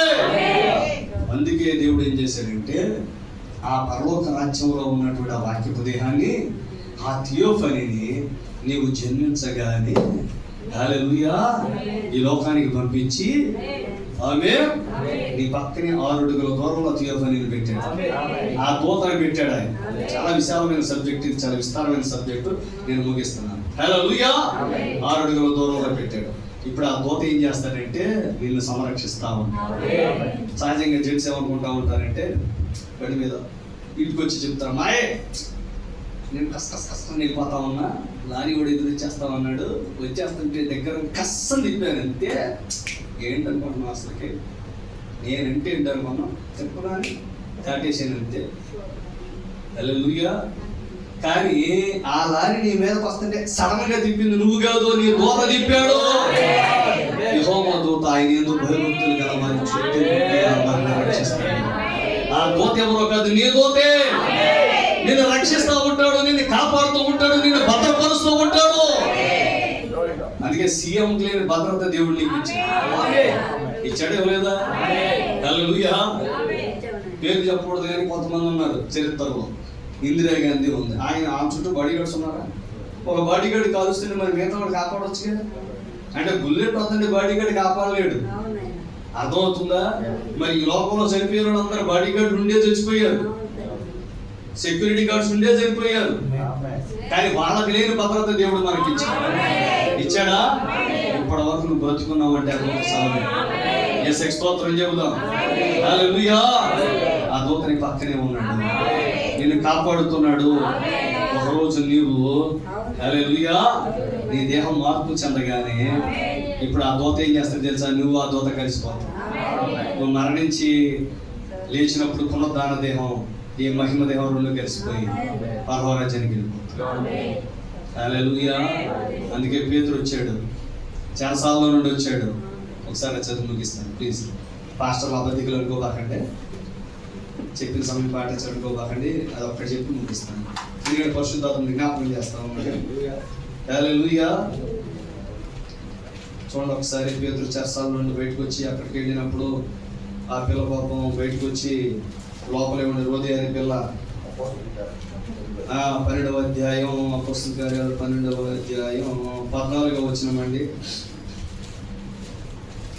త్వరగా 12:14. ఆమె పేతురు స్వరం గుర్తుపట్టి సంతోషించేత తలుపు తీయక లోపలికి పరిగెత్తుకుని పేతురు తలుపు దగ్గర నిల్చున్నాడని తెలిపాను.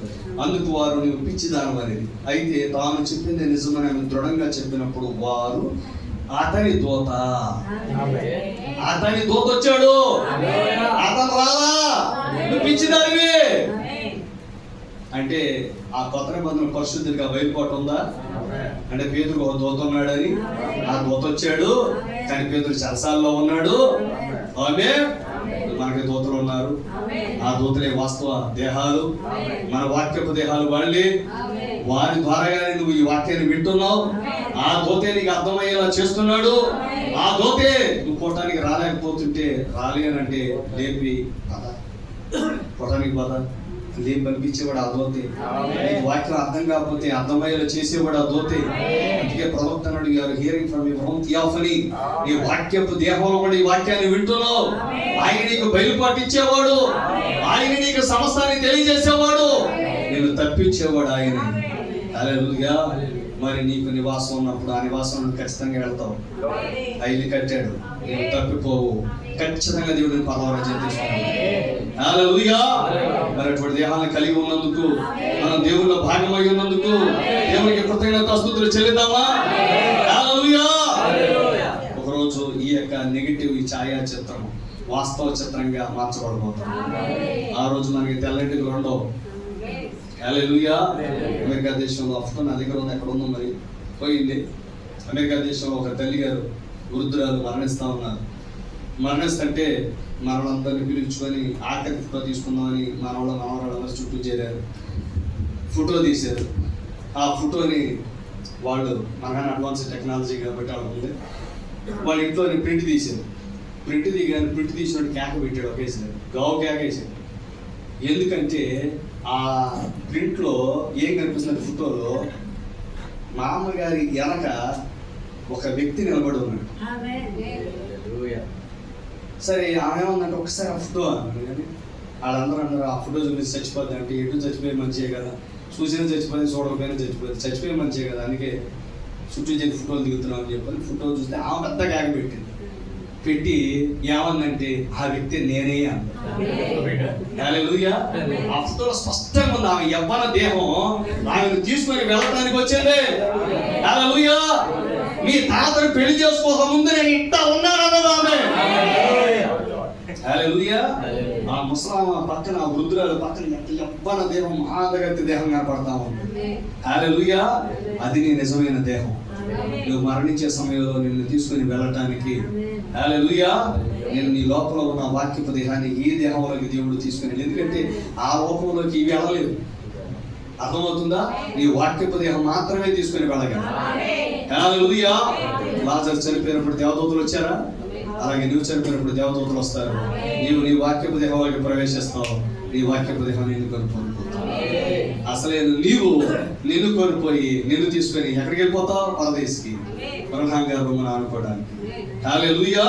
ప్రియమైన దేవుని పిల్లలారా, దేవుడు అటు భాగ్యాన్ని మనకి ఇచ్చాడు, మనకు వాక్యపు దేహాన్ని ఇచ్చాడు. మనమే దేవుని పిల్లలమై ఉన్నాం. ఈ చివరి కాలపు వాక్య విత్తనాలము, జీవ వృక్షాలము, పిరమిడ్లు మనమేనా? అందరినీ దీవించింది. దైవచన ఆసనానికి సమర్పిస్తాం.